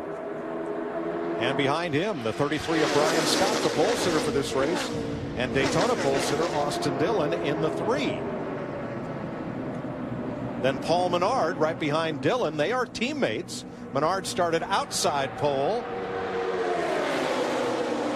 See, Trevor Bayne didn't want to leave Ricky Stenhouse in the 17 hanging out there, so he waited before he pulled down to come alongside of Dale Jr. here. But that 21 car, she's trucking along pretty good right now. Junior forges ahead on the inside once again. No, it's Bayne at the line. Bayne got him. Trevor Bayne led that lap. 75 to go. Yeah, this is Trevor Bayne's 50th career Sprint Cup Series start. He only has 1 top 5, but it was a mighty important top 5, the 2011 Daytona 500 win. Well, we know that 21 car, Larry, anytime it's at Daytona and Talladega, you better keep your eye on it. The Wood brothers have always had a fast Daytona and Talladega car. Donnie Wingo, the crew chief, does a nice job preparing that car for the races they run. Solid little race team right there. As Trevor Bayne from Knoxville, Tennessee, brings him around. How about a 200-mile-an-hour NASCAR on Fox? Crank it up.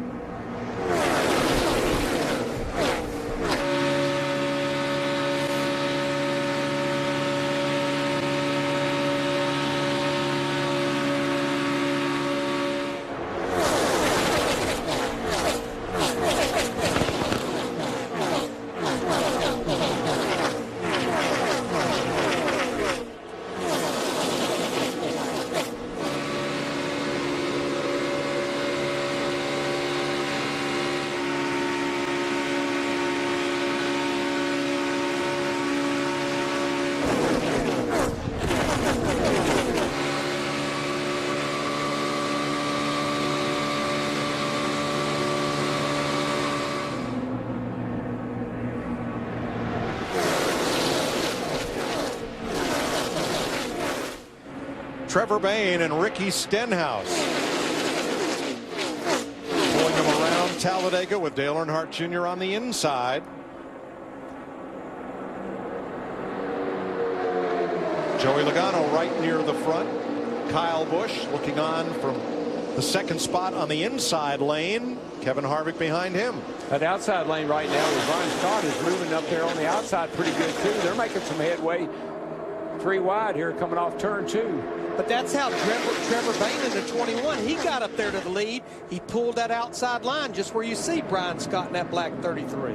You know, no matter whether it's been Trevor Bayne or Greg Biffle or Joey Logano, these Fords have been tough to pass once they get to the lead.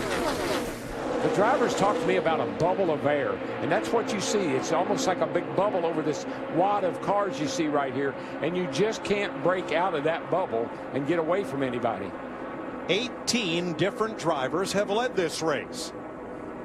Still 71 laps to go. And that time at the line, 5 1/1000ths of a second are all that separated Trevor Bayne from Dale Earnhardt Jr. Chevrolet.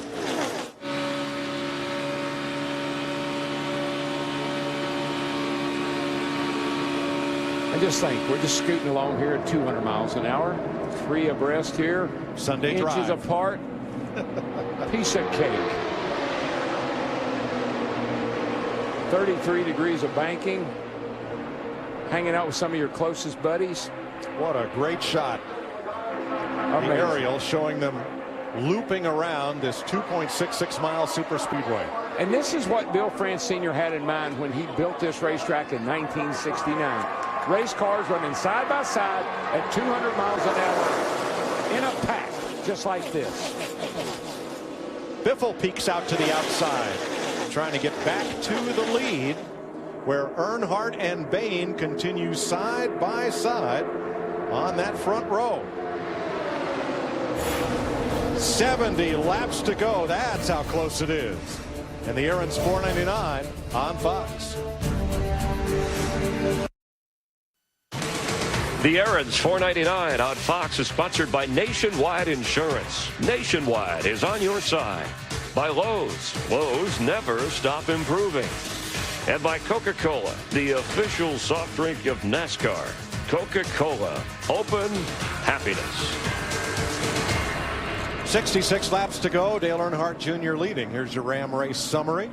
41 cars on the lead lap. All 43 still in the race. We've had 30 lead changes among 18 different drivers. Just 3 cautions. The first one when Brad Keselowski and Danica Patrick got together at lap 14. Then 2 debris cautions for only 11 laps. And Mike, we're averaging 168.9 miles an hour, and that's with 3 caution flags for 11 laps. And already 1 green flag pit stop. That's Kyle Busch ahead of the number 4 of Kevin Harvick. You know, I just really, Larry, and I know you have too, I've been so impressed with the job that A.J. Allmendinger has been doing in that 47 car. Got a great finish last week at Richmond, finished 4th. Running up front here again today, qualified well. That team has really turned a corner with that Childress Alliance. Well, I think doing that Richard Childress Racing Alliance and moving to the Earnhardt Childress Racing engines, that has made such a difference. But another driver that kind of fell back about mid-race is Danica Patrick in that green number 10 car. Led some laps early. Now she's found that inside line, and she's 5th right there behind A.J. Allmendinger in the 47. Got a teammate right up ahead of her, too, in the Kevin Harvick in the 4 car running 3rd. Allmendinger between Danica and Kevin Harvick. Now in the pre-race, Kevin Harvick's son, Keelan, had a Danica shirt on. He did. Wonder what that foretells.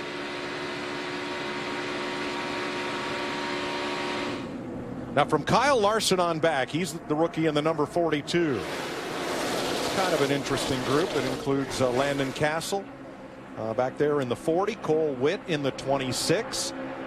Some of the names that you don't normally see up front. Reed Sorensen in the 36 is right there, part of that. Pole sitter Brian Scott in the 33, and the 95 of Michael McDowell in there battling. He's had a strong race here today in his Ford. Rookie Ryan Truex in the 83 as well.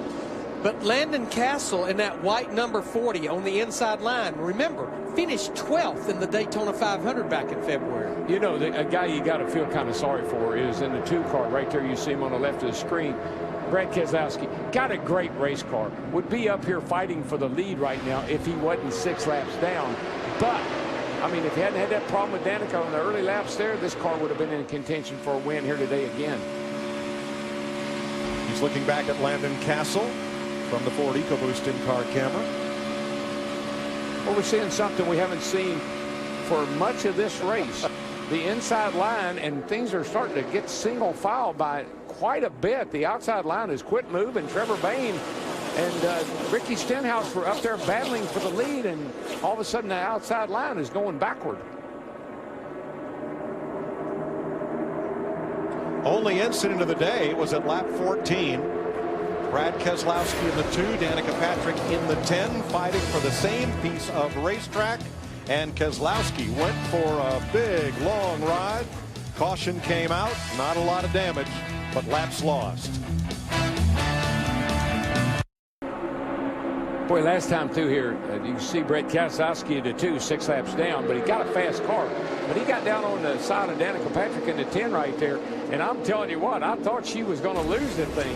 Remember, you got half as much banking in the trioval with the same amount of speed. Watch. The car gets really crazy loose right there. Let me see. Which two drivers got together on that first caution? I believe it was those two right there, Danica Patrick, Brad Keselowski. You think there was a message sent and received? I think so. Keselowski is fast, but as you mentioned, 6 laps down. Jamie McMurray 5 laps back. The other 41 cars are all on the lead lap with a chance to win it with 57 to go. And nobody's going to complain about Brad being up there right now. He's got a fast car. He's helping Trevor Bayne. So as long as you're helping and not holding anybody up, nobody's going to complain about you being laps down. Now, when we get down to the end of the race, that's a different story. There are the drivers who've led the most laps today. We've had 18 different drivers lead at the start-finish line. Because, Mike, he has single-handedly, Brad Keselowski in the 2, pulled that outside line back to the front. His car definitely likes to be out front. It can pull a line of drivers, no question. Got a lot of speed in that car.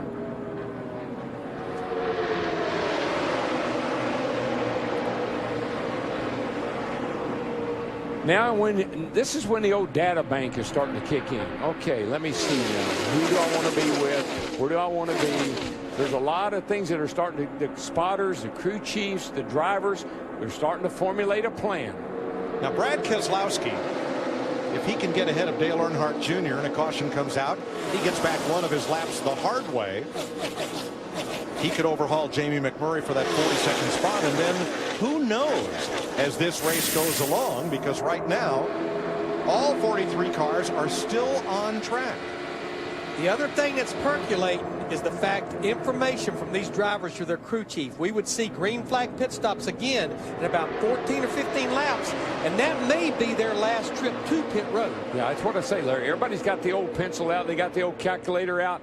They're starting to figure out, okay, what do we want to do? We got to get ourselves in the right spot pretty quick. Dale Earnhardt Jr. coming around to lead his 20th lap of the Aaron's 499 at Talladega on Fox. Stand by.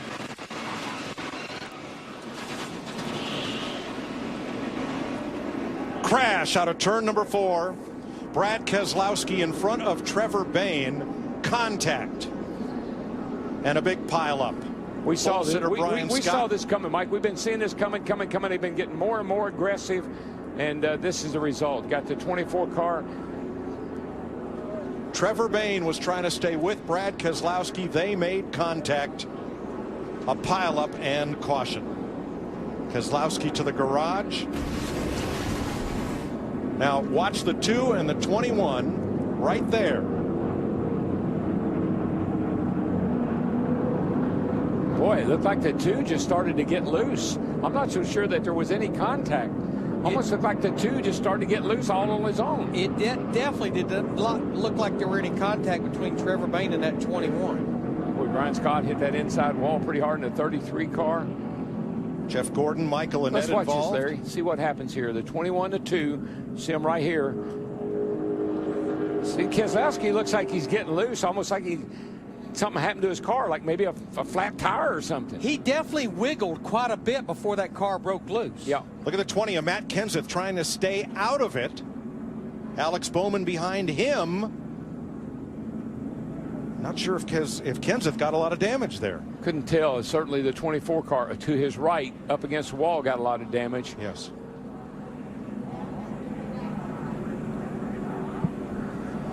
Now maybe the best place to look to see if there was contact is from the rear bumper of Keselowski's number 2.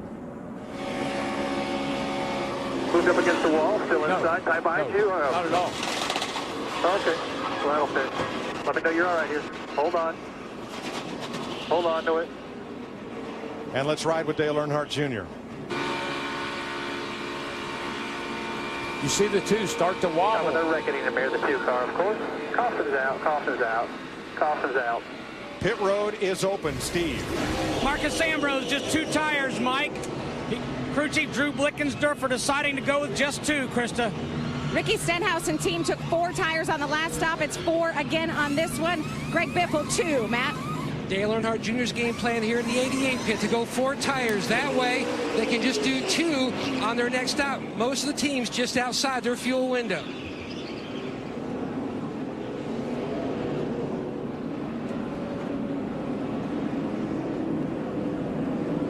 Most everyone leaving pit road, still working on Jimmy Johnson and Paul Menard's cars, checking the alignment on Kyle Busch.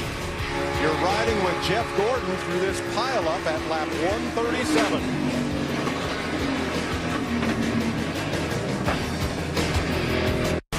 The Aaron's $4.99 on Fox is sponsored by Sprint. Get a Sprint family plan for as low as $25 per month each. Visit a Sprint store today. And by Subway. It's avocado season at Subway. Add it to any of your favorite subs or salads. Subway. Eat fresh. 48 laps to go. We're under caution. Here are the 12 cars involved in this pileup that we saw coming. Couldn't tell you who it was going to be, but things were getting awfully dicey. Up near the front of the pack, number 21, Trevor Bayne, was in 4th place in red and white, behind the white number 2 of Brad Keselowski. Now, this is the lap before the wreck. Greg Biffle comes up track a little bit, moves Keselowski up to the high side. He comes back down right, squeezing in front of Trevor Bayne. Little jostling there. Contact right there. Yep. Yep. And then next time around, what happens to Keselowski's number 2? The car just started to move to the right, and he tried to catch it, and it spun. Jeff Hammond is with Brad. Yeah, I'm down here with Brad Keselowski. Just got through watching the replay. What happened inside the car? I don't know. I just, obviously spun out in front of the field. It's really not anything to laugh about, but it just, I don't know. It just broke loose and spun out. I mean, I don't know if I ran over something or just busted my rear end, but I feel bad for the guys that got caught up in it. We were just trying really hard to get our lap back there, and we couldn't catch any yellows or any breaks, so I had to be really aggressive and hope for something to happen our way, and I had to be running up towards the front. So, I feel bad that we got cars tore up and that we were laps down when we did it, but, we're trying to race 2, and just didn't work out for us. It's a long day with the Miller Lite Ford. You mentioned the laps down. What happened early in the race that got you those laps down? I haven't seen the replay. I made contact with the 10 car. I don't know exactly what happened there, if it was my fault or a racing deal or whatever. Just one of those deals. And when we spun, we didn't tear the car up, but the tire that went down when I flat spotted, I guess it tore the water lines out, so we had to replace those. And everybody at Team Penske did a good job giving me a fast car and fixing it. We just lost a bunch of laps, and we're trying to get something back and get back in it. You never know with all the yellows at the end of these races. You got to keep fighting, and maybe you can get back in the hunt. So we weren't going to give up. Just didn't work out. Thanks, Brad. Matt Kenseth, one of the drivers that got caught up in that wreck. And Matt, you spent a lot of time near the front. Heavy damage to your number 20 car, and we'll give you an opportunity to look at the replay as well. Can this car get back in the race? That's pretty tore up. Hopefully run a couple laps for whoever else is out. But, Brad, made a pretty bold move early, mind-boggling move, I guess you could say, and go in front of Danica early and spun out in front of the field and got away with it. And then I thought he was a bunch of laps down, but maybe he was trying to get back on the lead lap and just spun out in front of all of us and tore up a bunch of good race cars. So really unfortunate. Everybody in the Dollar General team did a great job this week. I thought we had a pretty fast car. We just couldn't get going very good on restarts. But just trying to get that lane moving. Brad was getting that lane up toward the front. We were trying to get up there and get back to safety. We just didn't make it. I know you've done a quick visual on your race car, but can it get back in the race at all? Yeah, I think so. I just looked at it quick. I mean, all the right front suspensions tore off it, so we got to switch all that out and fix an A-frame mount and go out and ride around for a little while, I guess. Thanks, Matt. Back upstairs. Thanks, Steve. Also out of the race, Trevor Bayne, Brian Scott, and Tony Stewart, as Brad Keselowski spins in front of the field.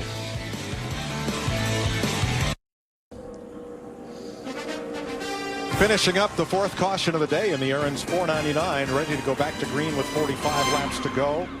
Jeff Gordon's damaged car comes off pit road, as do others. Greg Biffle will be on point for the restart with Marcus Ambrose. Remember, Ambrose last week got fined for fighting after the race at Richmond. He and Casey Mears got into it a bit after the checkered flag was out. We talked with NASCAR this morning, and they indicated as long as it was bumping and shoving, no problem. But when a clenched fist was thrown by Ambrose, that's when NASCAR felt they had to step in. Both Ambrose and Casey Mears were fined, but by midweek, they both said, yeah, we'd go out and share a beer together. Ambrose said he'd buy. So you're looking back at the lead lap cars. There are now 36 of them, with Gordon and Jamie McMurray, who got the lucky dog, laps down. And we'll go back to green with 45 to go. Had about 16 or 17 drivers coming in top off at 1 to go. I think they know they can make it to the end should we not go to a green-white checker. Biffle drops down in front of Ambrose. I like that pair on the outside there. Gosh almighty, somebody got into the back of Danica there going into turn 1. And 95 looked like he got her a little loose getting into 1, but recovered okay. I like that outside line with Reagan and Danica out there. They might be able to go somewhere. One of those websites that makes lists of beautiful people did one last week. The 101 most beautiful people who work in sports. Carissa Thompson from Fox Sports 1 was on that list. Casey Kane, you might expect, number 94. Who was the third person in NASCAR on the list? Number 10, David Reagan. How about that? He's signaling, and he's giving a little signal there to Casey Kane. That's behind him. Come on, let's go. I think the interesting thing about David Reagan is it's a little early for him to be charging to the front. That's not always been his style. As we saw here last year, he and David Gilliland, they kind of came from nowhere to win the race. He got him a pretty fast car, wants to get up front and lead some laps, looks like. But when I look at some of the drivers that's assembled behind him, like Clint Boyer in that blue number 15, Clint's been one of the drivers that's hung out way at the back all day long. But I think now they know 44 to go. You better not be hanging out at the back too long. Yeah, Clint was back here with Michael. They've been riding at the back, and I think they felt like as long as there was 2 of them back here together, they could get back to the front anytime they wanted to.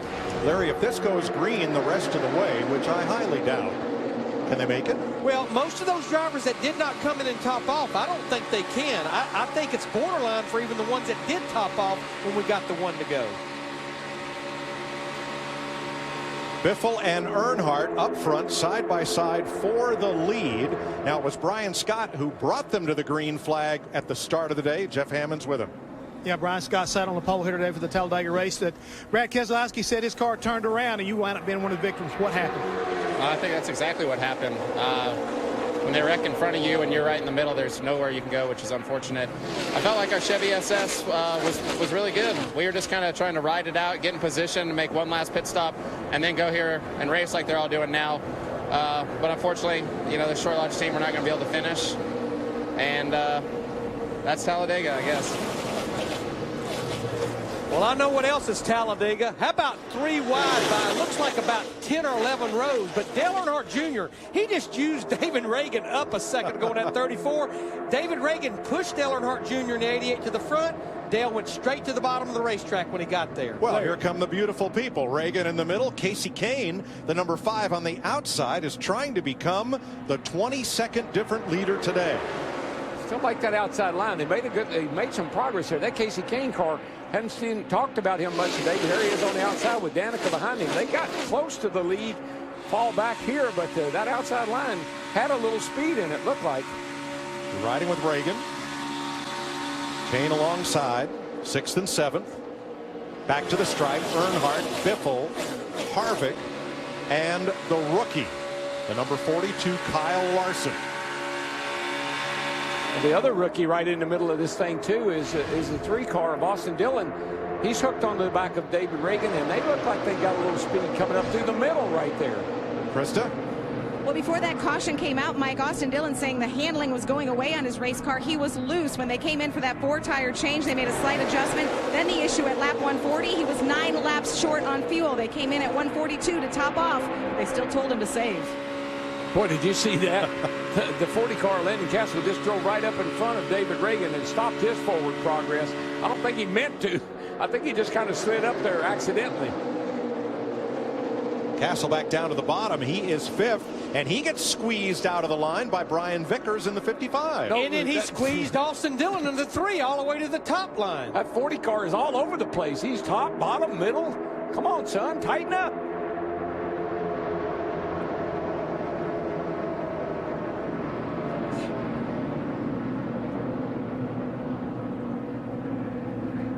There's no question the bottom line is what's prevailing now, and it just looks like they are glued to that double yellow line. It's your best friend. That yellow line's like a wall. Don't go in it. Don't get into it. Jeff Gordon came into this race as the point leader. He will leave from the garage. Jeff Hammond. Yeah, Jeff Gordon's down here in the garage, and tough day today, man, after having a really pretty good looking race car. Oh, we had a great, well, our car always looks really good, but this one looked good with our drive-in Hungry Chevy SS, and it was super fast. Yeah, that's not the best angle. That's what I saw. I could see where the 2 came from the outside lane back down the inside lane, or middle lane, and then wiggled, you know, and got turned. I'd like to see a different angle of it to see what turned him. Not exactly sure why he was driving the way he was driving to begin with, but obviously he was trying to get his lap back and felt like that was the way to do it. And you know, it's unfortunate what happened to him early, but more unfortunate what happened to many of us in that incident. Well, the thing is right now, what do you do? I mean, as far as, you know, turning this thing around, can they fix this car and get you back out there? Oh, yeah, we'll get it fixed. These guys, that's what they do. You know, they fix the cars when they're in the situation, but we're going to get a terrible Talladega finish out of it, and that's there's no fixing that. Guys? Thanks, Jeff. Dale Earnhardt Jr., one of only 3 drivers who have led 10 consecutive laps today. The other are that man, Greg Biffle, and Joey Logano. Trouble back straight away.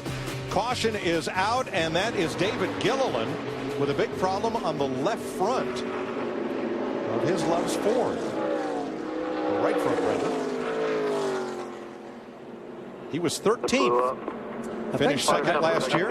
I think something happened to the engine. 70, I think, something like that. A lot of smoke.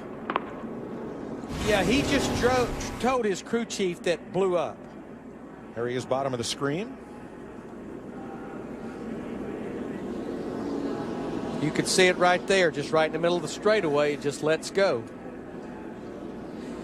There, we've talked about it all week. Even though these engines are not turning a lot of RPM, it's a constant RPM. They hold them wide open all day long. Some of them try to push the pedal through the firewall. They try to hold them open so much. Everybody did a nice job of avoiding any contact there because you can't see a thing. There's Justin Allgaier in a 51 car. He ducks out right at the last second. Had to be blinded by the smoke. And you know who gets the lucky dog? For the 4th time today, Jamie McMurray, who was caught up in the lap 14 crash with Keselowski and Patrick. He's fighting his way back to the front, 1 caution at a time. And in Brad Keselowski's defense, I mean, I told you nobody was going to complain about him being up there until something like what happened. But he was trying to get in a position to get the lucky dog. He had to get a lap back on his own to do it, to be ahead of McMurray. That was why he was up there trying so hard.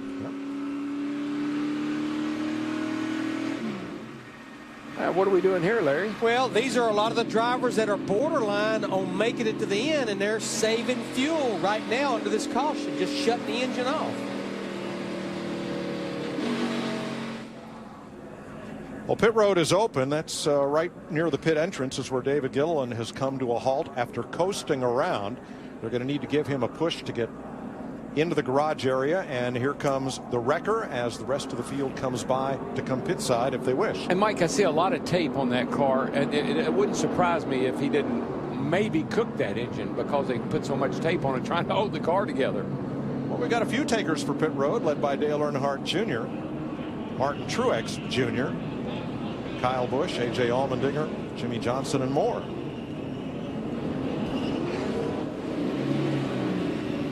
Matt?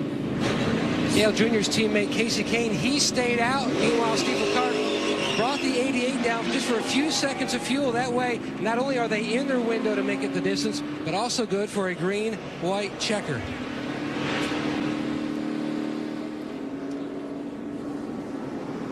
So they'll clean up from David Gilliland's engine before we can go back to green. 36 laps to go.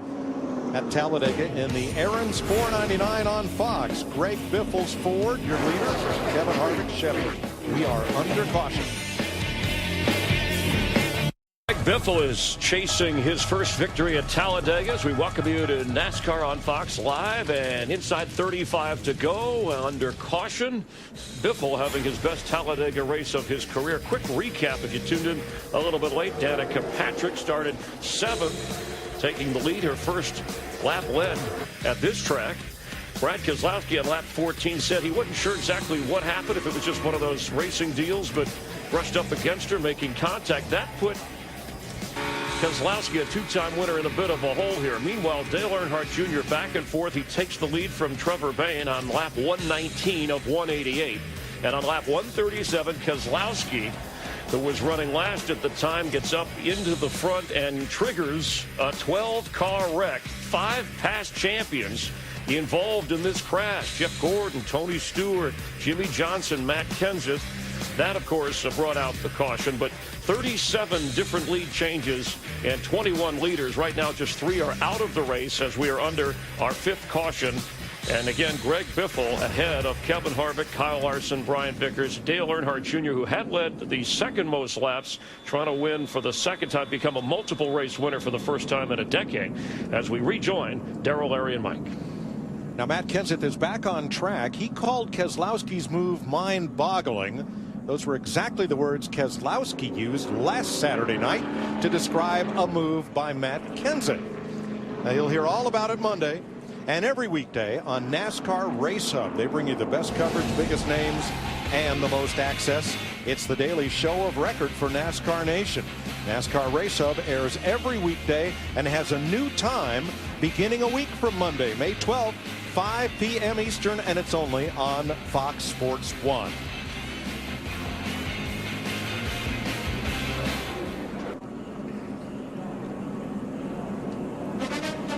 Ready for the restart at Talladega. The drivers from 4th on back say they can make it on fuel. But the first 3, Greg Biffle's Ford, Kevin Harvick's Chevrolet, and Kyle Larson's Chevrolet, are going to be borderline on fuel mileage. Yeah, I think of all those drivers that stayed out, I think from Kurt Busch on back, I think they're in good shape. But yeah, when you look at Biffle, Harvick, Vickers, and Larson, they're going to have to run somewhere between 48 and 50 laps, but these cautions definitely help. 35 cars on the lead lap. As we get ready for this restart, you're riding with Dale Earnhardt Jr. back in 14th. And green flag is in the air once again. 32 to go. And Mike, as these cars come out of the garage with damage on them and tape and parts taped to them, there's where you're going to get another caution. If these guys here that are all in one piece don't create one, but the stuff flying off the cars have been repaired is not uncommon. Terry Labonte, that's silver number 32 out there in the top 10. Yeah, how about that? But that's drivers that hung at the back the majority of the race. But I think now they know it's go time. Allmendinger to the outside, passes Labonte. Dinger in the 47 moves up to 13th. Now the cars from 13th on back, no question, they all stopped at lap 152. They have plenty of fuel, even for a few green-white checkers. And now, Mike, I mean, you've been out here for almost 3 hours. Now is when you're not fatigued, but you're mentally tired. And this is when you can make some driver errors. This is when drivers make mistakes. Let's recap the last pit stop for the top 5. Biffle, Harvick, and Kyle Larson stopped at 138, and that is right on the borderline. Steve. Hey, Mike, give this 55 team and Brian Vickers a lot of credit. They have fought back from a bad pit stop about the midway point of this race. They had an air hose get caught underneath the splitter and have fought their way back to the front. Yeah, Steve, he has a fast race car. He had a fast race car last week. They kept having pit stop issues. Good to see Brian Vickers running up front here today in the 55. Now, earlier, the 22 of Joey Logano led a lot of laps, was one of the fastest cars, but now Logano's fighting his way to the back. And not intentionally. He's looking for some help or a place to get in line, and he doesn't have either one right now. He's got Michael McDowell with him. That's a Penske-affiliated car, the 95. Yeah, Joey Logano as well as Brad Keselowski, they played a big role in Michael McDowell getting that good qualifying run in yesterday in knockout qualifying. Here we see there's that 55 car we're talking about of Brian Vickers. He's up here battling, trying to get that baby out front. The old Aaron's car.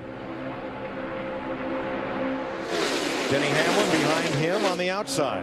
And he has some Toyota friends behind him. He has Denny Hamlin in the 11, the second car back, and then Vickers' teammate Clint Boyer in that 15, the third car back.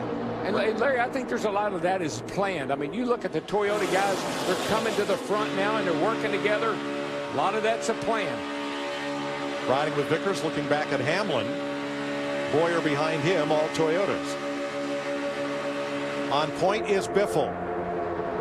In that Ford, Vickers alongside, and here comes on the outside Josh Wise in that crowd-funded car from Phil Parsons Racing, trying to pull Joey Logano and Michael McDowell, all 3 in Fords, trying to get them back to the front. We have watched Josh McDowell this year in that 98 car, Mike, on many occasions run really well and run hard too.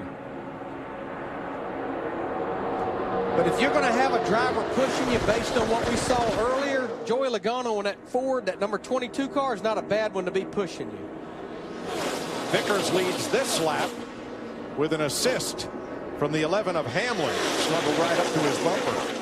Oh, got a little tight right in there with the 18 car, Kyle Busch. You see him 3 wide back here. He forced his way into that middle right there. Almost made contact with the car on the outside of him. 4 wide. Plenty of room for that. But you better get in line before you get to that corner. And Vickers, he's going back and forth. And as we've seen the leader of the race have to do a lot today. From Vickers, the leader, back to Greg Biffle. Biffle's led the most laps today. Can he lead the last one and score his first win of the year and try to put himself into the chase for the Sprint Cup? It's good to see Biffle run good today. He has been driving his heart out everywhere we go with very little to show for it. We're starting to see drivers give a little push to other drivers. I just saw Kevin Harvick in the Ford do it with Biffle, and then I actually saw a couple of others behind them giving them a little shot just to kind of shoot them forward. And guess what? The guy they're doing that to, he's telling, come on, it's go time, man. We got to get going. Dale Earnhardt Jr. has dropped almost off pace. You know why, Mike? Listen, he's out of the throttle. He's not even trying to get up there right now. He thinks, I believe Dale Jr. looks up here and says, I don't like what I see. I'm going to give myself a little escape room here. Back there with Ryan Newman, Terry Labonte, and Michael Waltrip, trailing the field by about 15 car lengths. But Darrell, when I see this bunch up here 3 wide, that many deep, how many times over the last few years have we seen drivers wait too late to go and there was nowhere to go? You couldn't go anywhere. Yeah, I agree with that, Larry. I mean, it's pretty congested right now, but it's also looking a little crazy to me. So I think that's what Junior is seeing. He and my brother back there, I mean, they're pretty cagey. How about the rookie on the outside? How about that? That's what they see. Fighting his way to the front in that red car. Justin Allgaier to the outside, even with Boyer now. Trying to move up against Hamlin. And he's got help from behind. Josh Wise in the 98, Joey Logano, the 22. We always preach the double yellow line is out of bounds. Now, just saw Carl Edwards in the 99 on the backstretch. He got below that double yellow line, but he drifted backwards. If you don't gain a position, it's not really out of bounds. Little 51 car up on the outside there, Larry, is Justin Allgaier. He's making a little run here. He's making some noise. That red car on the outside. Another driver up from the Nationwide Series, moving into Cup for Nate Scott Racing. Did you see what the 11 car of Denny Hamlin just did? He went down and got a little side draft off that 55, almost shot him into the lead. Tony Stewart told us it's almost like there's a spring there, and if you go down there, it'll just shoot you back to the right, but yet it'll shoot you ahead. But it also stalls that driver out that you're doing the side draft. Exactly. Watching the race at the front and the race to the back, Austin Dillon has dropped back. Michael Annett, Danica Patrick trying to get back away from what might happen in this pack as we come down to 24 laps to go. This is it. This is when this is so intense at Talladega. You're sitting back there. You see all these cars bouncing off each other. Are they going to make it? That's what you're not sure of. Are they going to wreck or are they going to make it? That's the indecision. That's the indecisiveness that this place creates. Here comes Allgaier. He wants to lead a lap in this race. Yeah, Darrell had just spoke about him. Again, we've got this line there in the top, and I think they've got a good enough group of drivers with their cars that are able to shoot this group here toward the front. Well, remember, that's a great race. That's a Hendrick-affiliated car. Steve Addington, the crew chief, and that kid can drive. So that's a good car with a good driver and a smart crew chief. Didn't lead that lap. He was 6/1000ths of a second short. Well, if he can get to the front and Josh Wise can get around him, Reddit.com will blow up.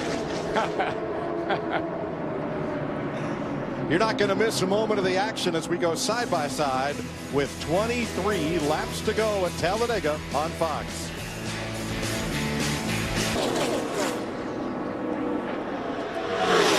Kevin Harvick's number 4 Chevrolet has just led its first lap of the day at Talladega. When he won here in 2010, he led only 2 laps. Time for our sprint, 20 to go. First to 25th, 1 second apart. Don't ask me to pick a winner out of that crowd. No, you won't pick a winner, but you will see a big one if anything happens. Oh, my gosh. I'm not going to rule out anybody in the top 35 right now. And that's your sprint 20 to go. What we say at the top of the day, predictions are pointless. All I can say is cue the music, because I think Jaws is getting about ready to strike.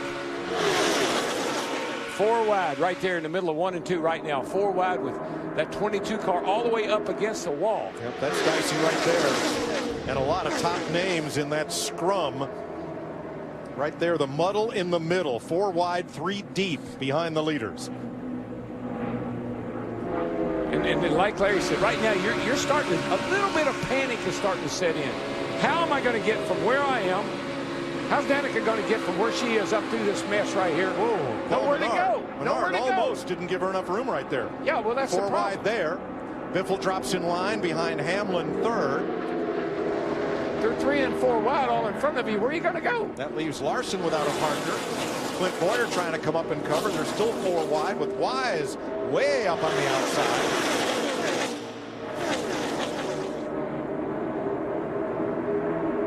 All the way back to last year's winner, David Reagan in 22nd, first to 22nd, all covered by 1 second.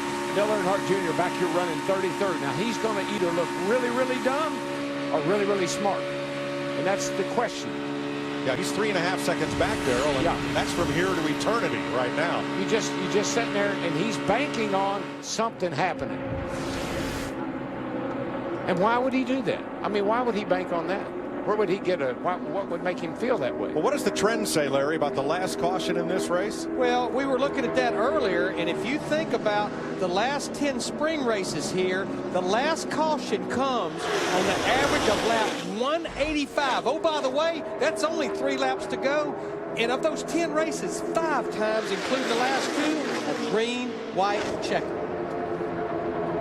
So, like I said, why would Dale Jr. be playing the odds? Because they're pretty darn good. That's why. He's been studying the trends. That's right. And because he has a win.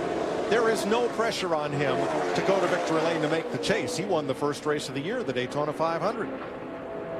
Oh, look, there's cars on the track, and there's a race to be run. That's the reason enough that you want to win. How about that group that's kind of lagging the field there, Matt? Mike Casey Kane in the 5 car. He's in the back.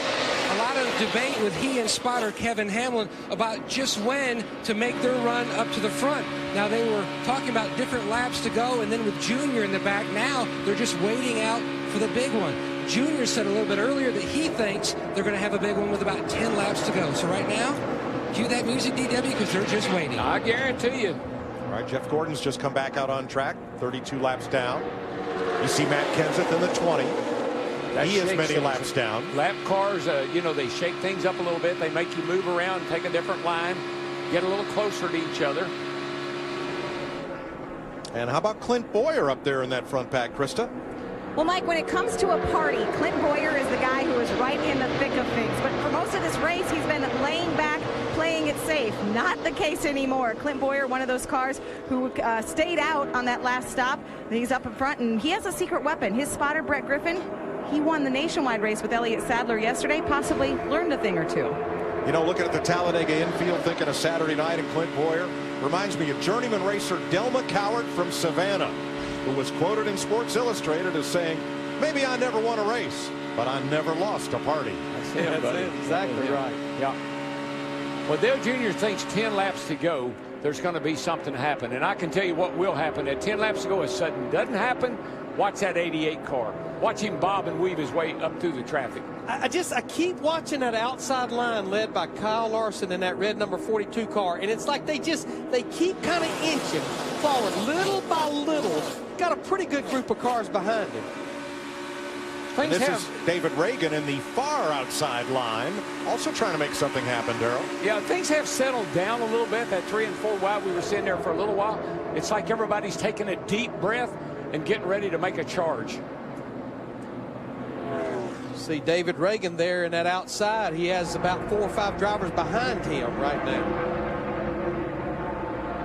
Oh, there's a car. Who is that? The 48? Oh, Logano's in it. Yep, the and 48. Busch and Reagan and more. The 48 broke loose. Looked like something may have happened to it.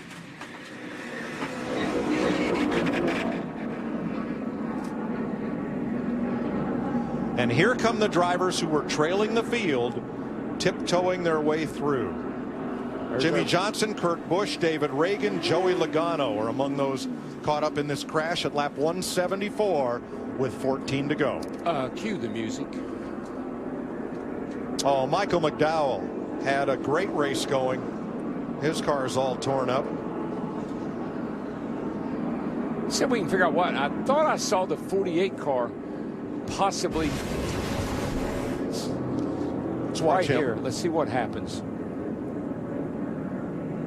The car's got damage. We know that. It's got the whole back of the car taped up. Yeah, you see right there? It just starts going around all by itself. And that was all but in the same area that Brad Keselowski in the 2 car broke loose earlier. Very, very similar look. You got a little bit of Ricky Stenhouse's 17, and then the 22 of Logano, the 41 of Busch, the 34 of Reagan, and the 95 of McDowell all pile up. So a 6-car jam session at lap 174. Look at Ryan Newman in at 31. He came to a complete stop. You can see he stopped so fast the car almost spun out with him. And the 7 of Michael Annett just squeaked through here. You see the 48 back here, and he has a lot of rear damage. And Larry and I were talking about the back of the car maybe down a little bit, which would take that spoiler out of the air, make it fast, but make it hard to drive. Austin Dillon, nice job of getting through there as well. Kurt Busch. You'll see Newman and Annett and Danica Patrick and all those drivers that were hanging out back just kind of scoot through there.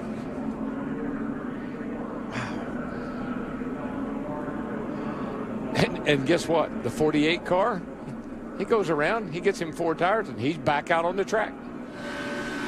Riding with David Reagan.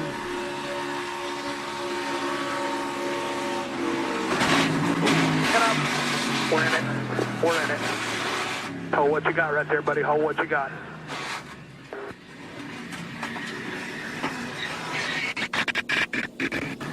Those are hard licks, man. That's violent. When it shakes the driver like that. And here, I don't know what happened to 48. You can see the rear damage and the spoiler down on the right side. I think the car was just a little squirrely in all that dirty air, spun out. It's got some left front damage as well. All right, we listened in on Jimmy Johnson and team. You just lose it, bud? I just turned around on me. I hadn't been loose, so I don't know what exactly happened aero-wise, but the back just slowly slid out on me. Another aerial look at it. 2 of the sport's biggest stars and champions, Jimmy Johnson and Brad Keselowski, have both had their cars just turn right around in front of traffic. Yeah, the results were the same. A lot of torn up race cars in both wrecks. Yeah, but Jimmy Johnson wasn't 6 laps down. I mean, right.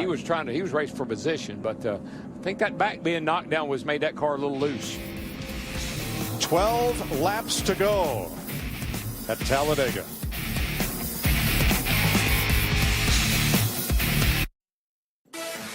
Still inside, tight behind you. Oh, Christ. Crash out of turn number 4. Coming, they're reckoning him here, the 2 car, of course. Loose, man. Everybody's really loose. Okay, well, that'll finish. Let me know you're all right here. Hold on. Wow, somehow I got through it. All I did was make contact with the front rear bumper. I don't know if I got a flat or what, but it just came around instantly like somebody hit me or I got a flat.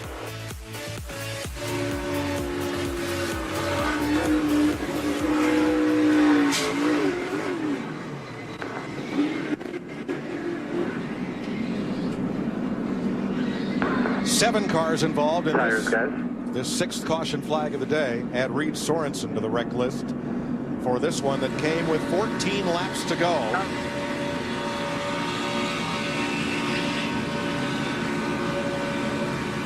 David Ragan.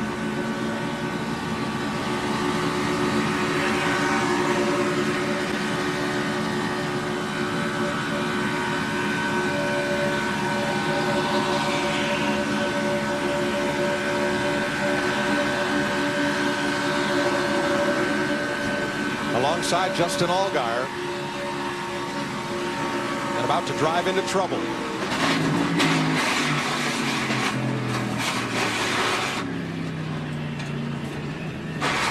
To the garage, and Jeff Hammond. Joey, we just watched it inside the in-car camera right there. What happened right there? Take a look at the monitor. Maybe you can give us an idea of what happened. I had a front row view. 48 just got loose in front of me. It was, you know, you see it right there. He's getting sideways, and at this point, he starts checking up, and then when he comes back up there, he ends up getting me. But, you know, it's hard to make a quick move and move up the racetrack and try to avoid that. For one, you don't know. As you're slowing down so much, is the outside lane going to be there?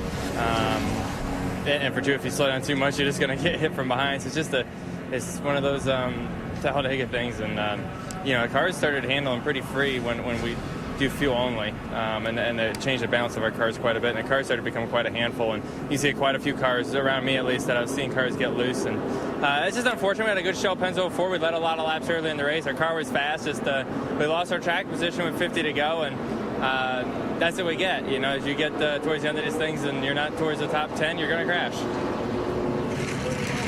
Thanks, Jeff. Carl Edwards among those coming to pit road for tires and to make sure they're topped off with Sunoco race fuel to go the distance here. 10 laps to go. If we have overdrive or overtime and green-white checker, that would extend the race distance. Ryan Newman, Austin Dillon, Michael Waltrip among those getting service. I think this just goes to show you how much these drivers have had their hand full. In the past, you'd never think about coming to pit road to change 4 tires this late in the race. Terry Labonte coming out. And what about Dale Earnhardt Jr. and the other fellows who were laying back behind the pack? You know what? They always told me if you're going to listen to somebody that's done something. On the track, so whatever you got to do, you got to stop. We'll get our position back. One coming inside, one coming inside. There you go, bud. Whatever the hole is, up by the wall, way up by the wall, way up by the wall here. There you go. Watch that 31 all the way up. Watch that guy. Watch him. And when it comes to Daytona and Talladega, I would listen to what Dale Jr. said, because he's really smart on these races. He predicted 10 laps to go there would be an accident. He missed it a little little earlier than he thought. But nonetheless, he knew what was going to happen. It was so almost clear as mud. Clear as mud? Yeah, it's not very clear. But it seemed like it was going to be. 10 laps to go in Talladega Saturday night. Something different. This season's really heating up, and this Saturday night, I'm taking these boys back home to Kansas. And I'm not just going to give them good barbecue. I'm hoping to show them a win. Matt Kenseth. You can't make this stuff up, man. It's more NASCAR on Fox this Saturday night. Don't miss it. We'll head to Clint Bowyer's home state. First, we've got to finish it up here at Talladega. 10 to go. Bowyer running 6th. Now, Dale Earnhardt Jr. has talked about his strategy. Before this crash, Jr. was 32nd. Now in the running order, he is 20th. Now, Larry, we've got caution laps, and that may help leaders Kevin Harvick, Greg Biffle, and Kyle Larson who have the least fuel of anybody on the racetrack. But I think for the scheduled distance, 188 laps with the number of cautions we've had, I think they're going to be in great shape. But the interesting thing, Mike, when I look at our top 20 drivers right now, only 3 have been to victory lane so far this year. And that's Kevin Harvick, Kyle Busch, and Dale Earnhardt Jr. in 88. But how about half of those 20 looking for their first career win in Sprint Cup? Well, once again, that little kid in the 42 car right up there in the middle of this whole thing. Yep. And he's one of them. I think if he should win today, he could become the youngest winner here. I think Bobby Hillin was 21, 22. 23, somewhere along in there back in the day, if I remember correctly. All right, we've heard from Joey Logano. Kurt Busch and David Reagan also released from the Care Center after that crash. I just think the one difference today versus past Talladega races, yeah, winning here, winning anywhere is important. It's the hardest thing to do in all of motorsports. But all of these drivers, outside of maybe Kevin Harvick, knows if they can win this race, they can be in the chase in 2014. At a track where other tracks we might not even be talking about a lot of these drivers. Yeah, well, this is a golden opportunity for many, many drivers. Some of them got eliminated in that wreck there a minute ago, but a golden opportunity. No, that's not good. Now that's covering the radiator opening on Kevin Harvick's car. Man, there might be a piece of trash on the grill, but it'll be fine leading. But think about the Daytona 500. Dale Jr., with only a few laps to go, had a very similar situation. I don't know if this thing here would last 9 laps or not. That's a lot of cover. That's covered up a lot of the grill right there. He might try to get up behind the pace car right there, changes the pressure, and that should pull it right off of there. Yeah, it's big. Just make sure your fans off and go green. Hopefully it'll come off. He got it. Like magic. I think you got it, buddy. Brett Bodine, the pace car driver, former competitor and winner in the Sprint Cup Series. Who probably has a pretty good eye what Kevin Harvick was doing. Yeah, he didn't panic. He didn't try to brake check him or anything. All right, so one Ford Fusion will head for pit road. That's the pace car. Out front will be Harvick Chevy, Hamlin's Toyota, and Biffle's Ford.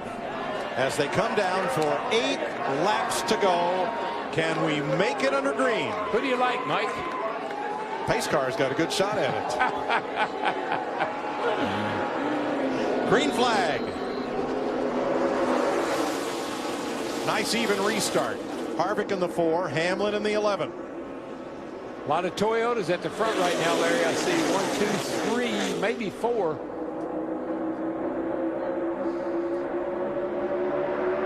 Dale Earnhardt Jr. in the 88 for a minute looked like he was going to try to start a third line right away, and now he did coming off turn 2.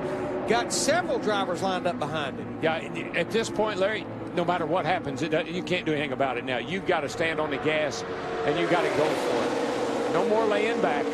3 lanes. Harvick leading the inside, Hamlin leading the middle, and Josh Wise on the outside. What you're hoping for now, if you're Dale Jr. back in there, is there's a place for you to go. Get ahead of steam, find a lane, and try to get through it. Now Allmendinger topside in the 47 with Landon Castle's number 40.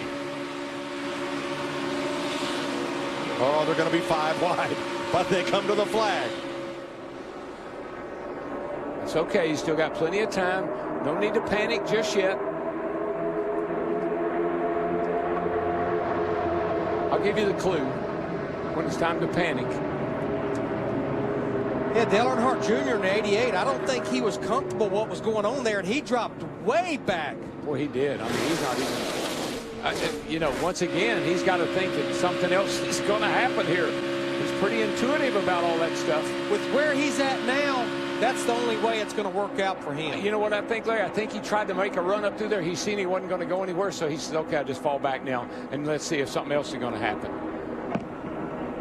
Look Here at comes Harvick Castle around the outside of Hamlin for the lead. Castle in the 3rd lane. Oh, no. Goodness gracious. There you go. 4 wide. Oh, trouble. A car spins into the wall. Turn 1. Carl Edwards off Ryan Newman. Caution. Yeah. 2 or 3 cars are down on the apron down there sliding around. And Ryan Newman and Carl Edwards, 2 drivers that actually hung out at the back a good portion of this race. Cole Witt was involved in that. There's his number 26. 7th caution of the day, lap 183. Ryan Newman drives away in his Chevy. Now that was well back of the leaders, but it was in that area in the middle where drivers were jostling and jockeying for lane position. Something happened to the 99. Let's see what it was. Drivers are all complaining about the cars not driving real good now. There's Edwards on the outside.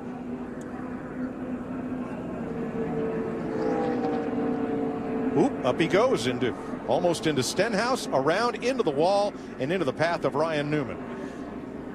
We may have seen, we'll have to get another look at it, that something was wrong with Carl's car and he was trying to signal people behind him.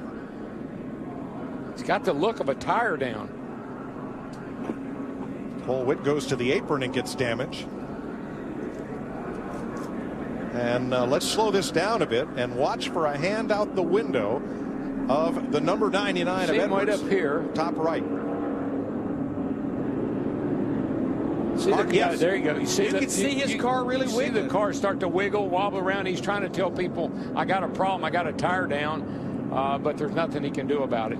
Almost collected his teammate Ricky Stenhouse Jr. in that 17. Goodness gracious. All right, we'll ride with Jimmy Johnson.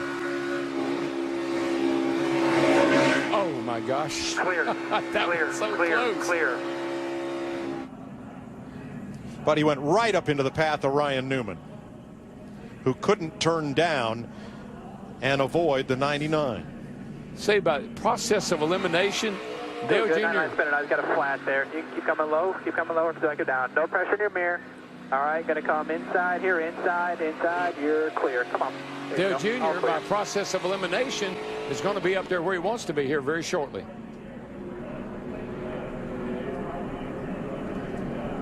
Edwards had a competitive car most all day. Yeah, I talked to him last night. He was so happy with that 99 car. The only Ford driver to qualify in the top 12. Ryan Newman has made a pit stop.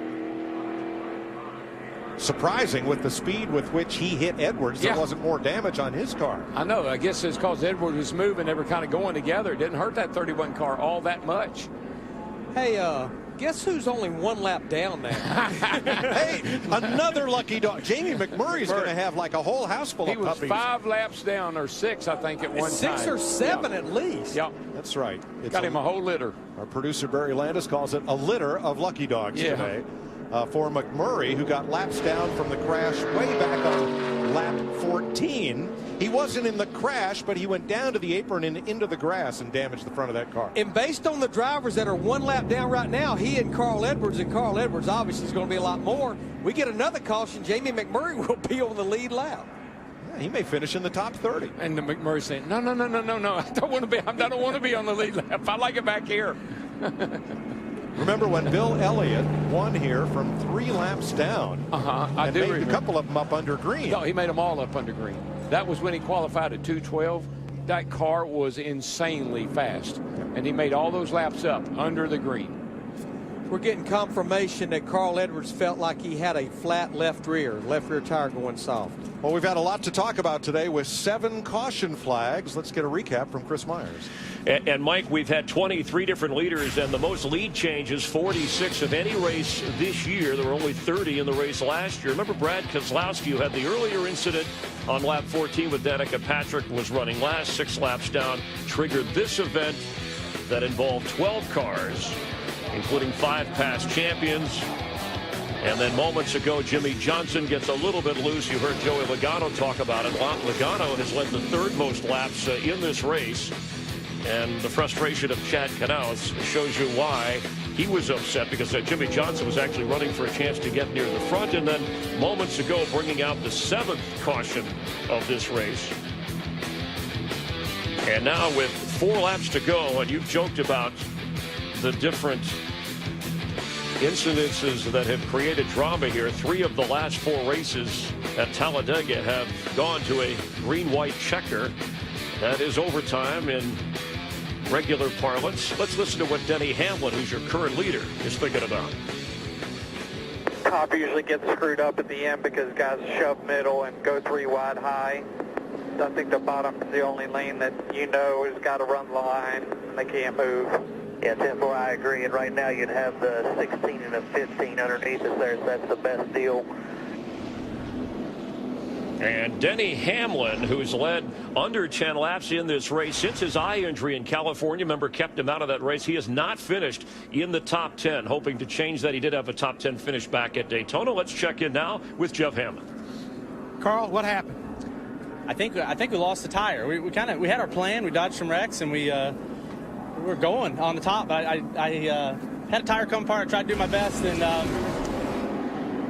yeah, right here I'm thinking, oh man, I wish I could tell these guys. I'm waving. I tried to look for a gap back there, and then guys started filling it, and it really didn't matter because I think I lost it on my own there. Yeah, I couldn't hang on to it. So anyway, we did our best. That was a pretty good little hit there. And after that, went down the grass, and it appears I ran into some sort of furry animal. I don't know what that is exactly, but got that all over me, so I'm sorry to him. We'll move on to Kansas, where we're going to win Saturday night. It's going to be awesome. Home track, ready to go. Ready to go, Mike. I'd say that was tire debris. I think that looked like tire debris. Oh, good. I was thinking maybe it was Digger. No. Digger retired. That's right. But you know, I was watching Denny Hamlin, Larry. He's doing it over here in turn 3 and 4. He's down on the apron, as if he is very, very low on fuel. Well, he pitted on last lap 142, and Steve Burns, the fuel runs away from those pickups and those pumps under caution. It does, and Darian Grubb told Denny Hamlin before this caution, he said it's going to be close. We don't know about a green-white checkered, but we're one lap to the good. The thing that bothers me doing that, there's so much debris on the apron. And you got those hot tires, and you get down there, you can cut a tire down very easily. It'll be 2 laps to go. Yeah, the 3 drivers that's going to have to go the furthest, they're the drivers that's running 2nd, 3rd, and 4th. Harvick, Biffle, and Larson. They pitted 4 laps earlier than Denny Hamlin did. Hamlin was the runner-up in the Daytona 500. He's winless in 33 restrictor plate starts at Daytona and Talladega. Green flag. Here we go. Harvick noses ahead in the number 4. Yeah, pretty much a drag race right there to the line. Harvick looks like he might be able to. No, he couldn't quite cut down. And neither one of the drivers back there, Kyle Larson in the 42 or Greg Biffle in the 16, were tucked up behind Harvick or Hamlin on that restart. If you're going to push somebody, if you're going to bump somebody, and you can do it, now's the time to do it, buddy. Get the shot. Get on out there. Landon Castle. That little white car could be the dark horse here. And he has friends, even though he's sideways right now. Kyle Busch now the 18 car. Yeah, that 40 car is stopping the 18 car there at Kyle Busch's progress. It caused him to bottle up, had to get out of the gas, almost wrecked him. If the leader gets the white flag, the next flag ends the race. Josh Wise takes them 4 wide to the outside. Here they come. Whoa, trouble. Justin Allgaier. And there is debris on the racetrack, plastic from Allgaier's car. No caution, white flag in the air, they're racing back. Daryl, there's a half of a bumper laying right in the middle of the front straightaway right before the start-finish line. Don't see a caution flag yet. I don't see anything happening. It's all green. It's just a piece of plastic. Here we go. Caution wave. Caution's out. Caution's out. Stay in front here. Stay in front. Caution is out. There's debris here on the front. At the moment of caution, where every driver was at, that's pretty much where they finished. And Denny Hamlin has to come around to the flag, and it will be the checker, because once the leader takes the white flag, the next flag freezes the field. The race is over, and Denny Hamlin goes to victory lane at Talladega, his first restrictor plate win. I normally am not for a caution. Awesome job, everybody. Pit crew, you want to put us in a position there today. Yeah, on the last lap, but they had to. I just wouldn't. It would have been all right. I think it would have been okay if it wasn't for this big chunk of the nose laying down here in the middle of the racetrack. That could have been ugly.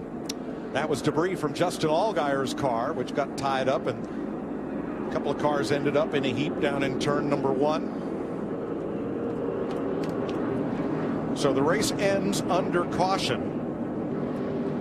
And we're going to have a look at Alex Bowman at the bottom of the screen. Here's his number 23. Let's watch him. Yeah, we're coming through the tri-oval, and I think things get. Oh, he got bumped from behind by Ryan Newman in the 31. Newman got into him, and then the 51 of Allgaier got turned. Yeah, I think was that the 98 maybe. I couldn't tell for sure which one that was. And that's where the part came from, was off the front of Justin Allgaier's 51 car. Jimmy Johnson in the 48 gets hit again. Again. I think it was Cole Witt that turned Allgaier around. It was Cole Witt in the 26. Yeah, it was the 26 car. You're right. Black and red car. A lot of damage there to Allgaier's car. Denny Hamlin gets his 24th win in this, his 300th career Sprint Cup start. Last victory was at Homestead, the final race of 2013. This is his 17th start at Talladega. And look at the greats that have won in their 300th Cup start, including two-time champion Ned Jarrett and the 89 champ Rusty Wallace. I think this win is big for a lot of reasons. To get that first win, to think you can punch your ticket to the chase. But remember, the ISU at Auto Club Speedway couldn't even race there, and the 4 races since, not even close to a top 10 finish. He didn't drive here last year. Remember, he had a relief driver. He started the race, and Brian Vickers got in the car. So Greg Biffle, after leading the most laps, finishes second. Clint Boyer third, Brian Vickers. So Toyota takes 3 of the top 4 spots. And A.J. Allmendinger, Darrell's dark horse. Good man. Makes it into the top 5. But even better still, look at Landon Castle in the 40 car. I mean, he was up there fighting for that lead, and he finishes in the A spot. Now, we need to stress these results are unofficial because NASCAR will go back and look at video. It's not scoring loops on the last lap. It's where every driver was at the exact time of caution. So let's show you where the leaders were when the caution came out. They mulled it over. They saw the debris on the front straightaway. Yeah. Had to analyze, would it be safe to continue the race all the way to the finish line with that big piece there? And the caution's already out here when they've decided it is not. The caution flag waved. The lights went on. The race was over. No question on the top 4. It's the rest of that wad they're going to have to sort through. Denny Hamlin wins at Talladega.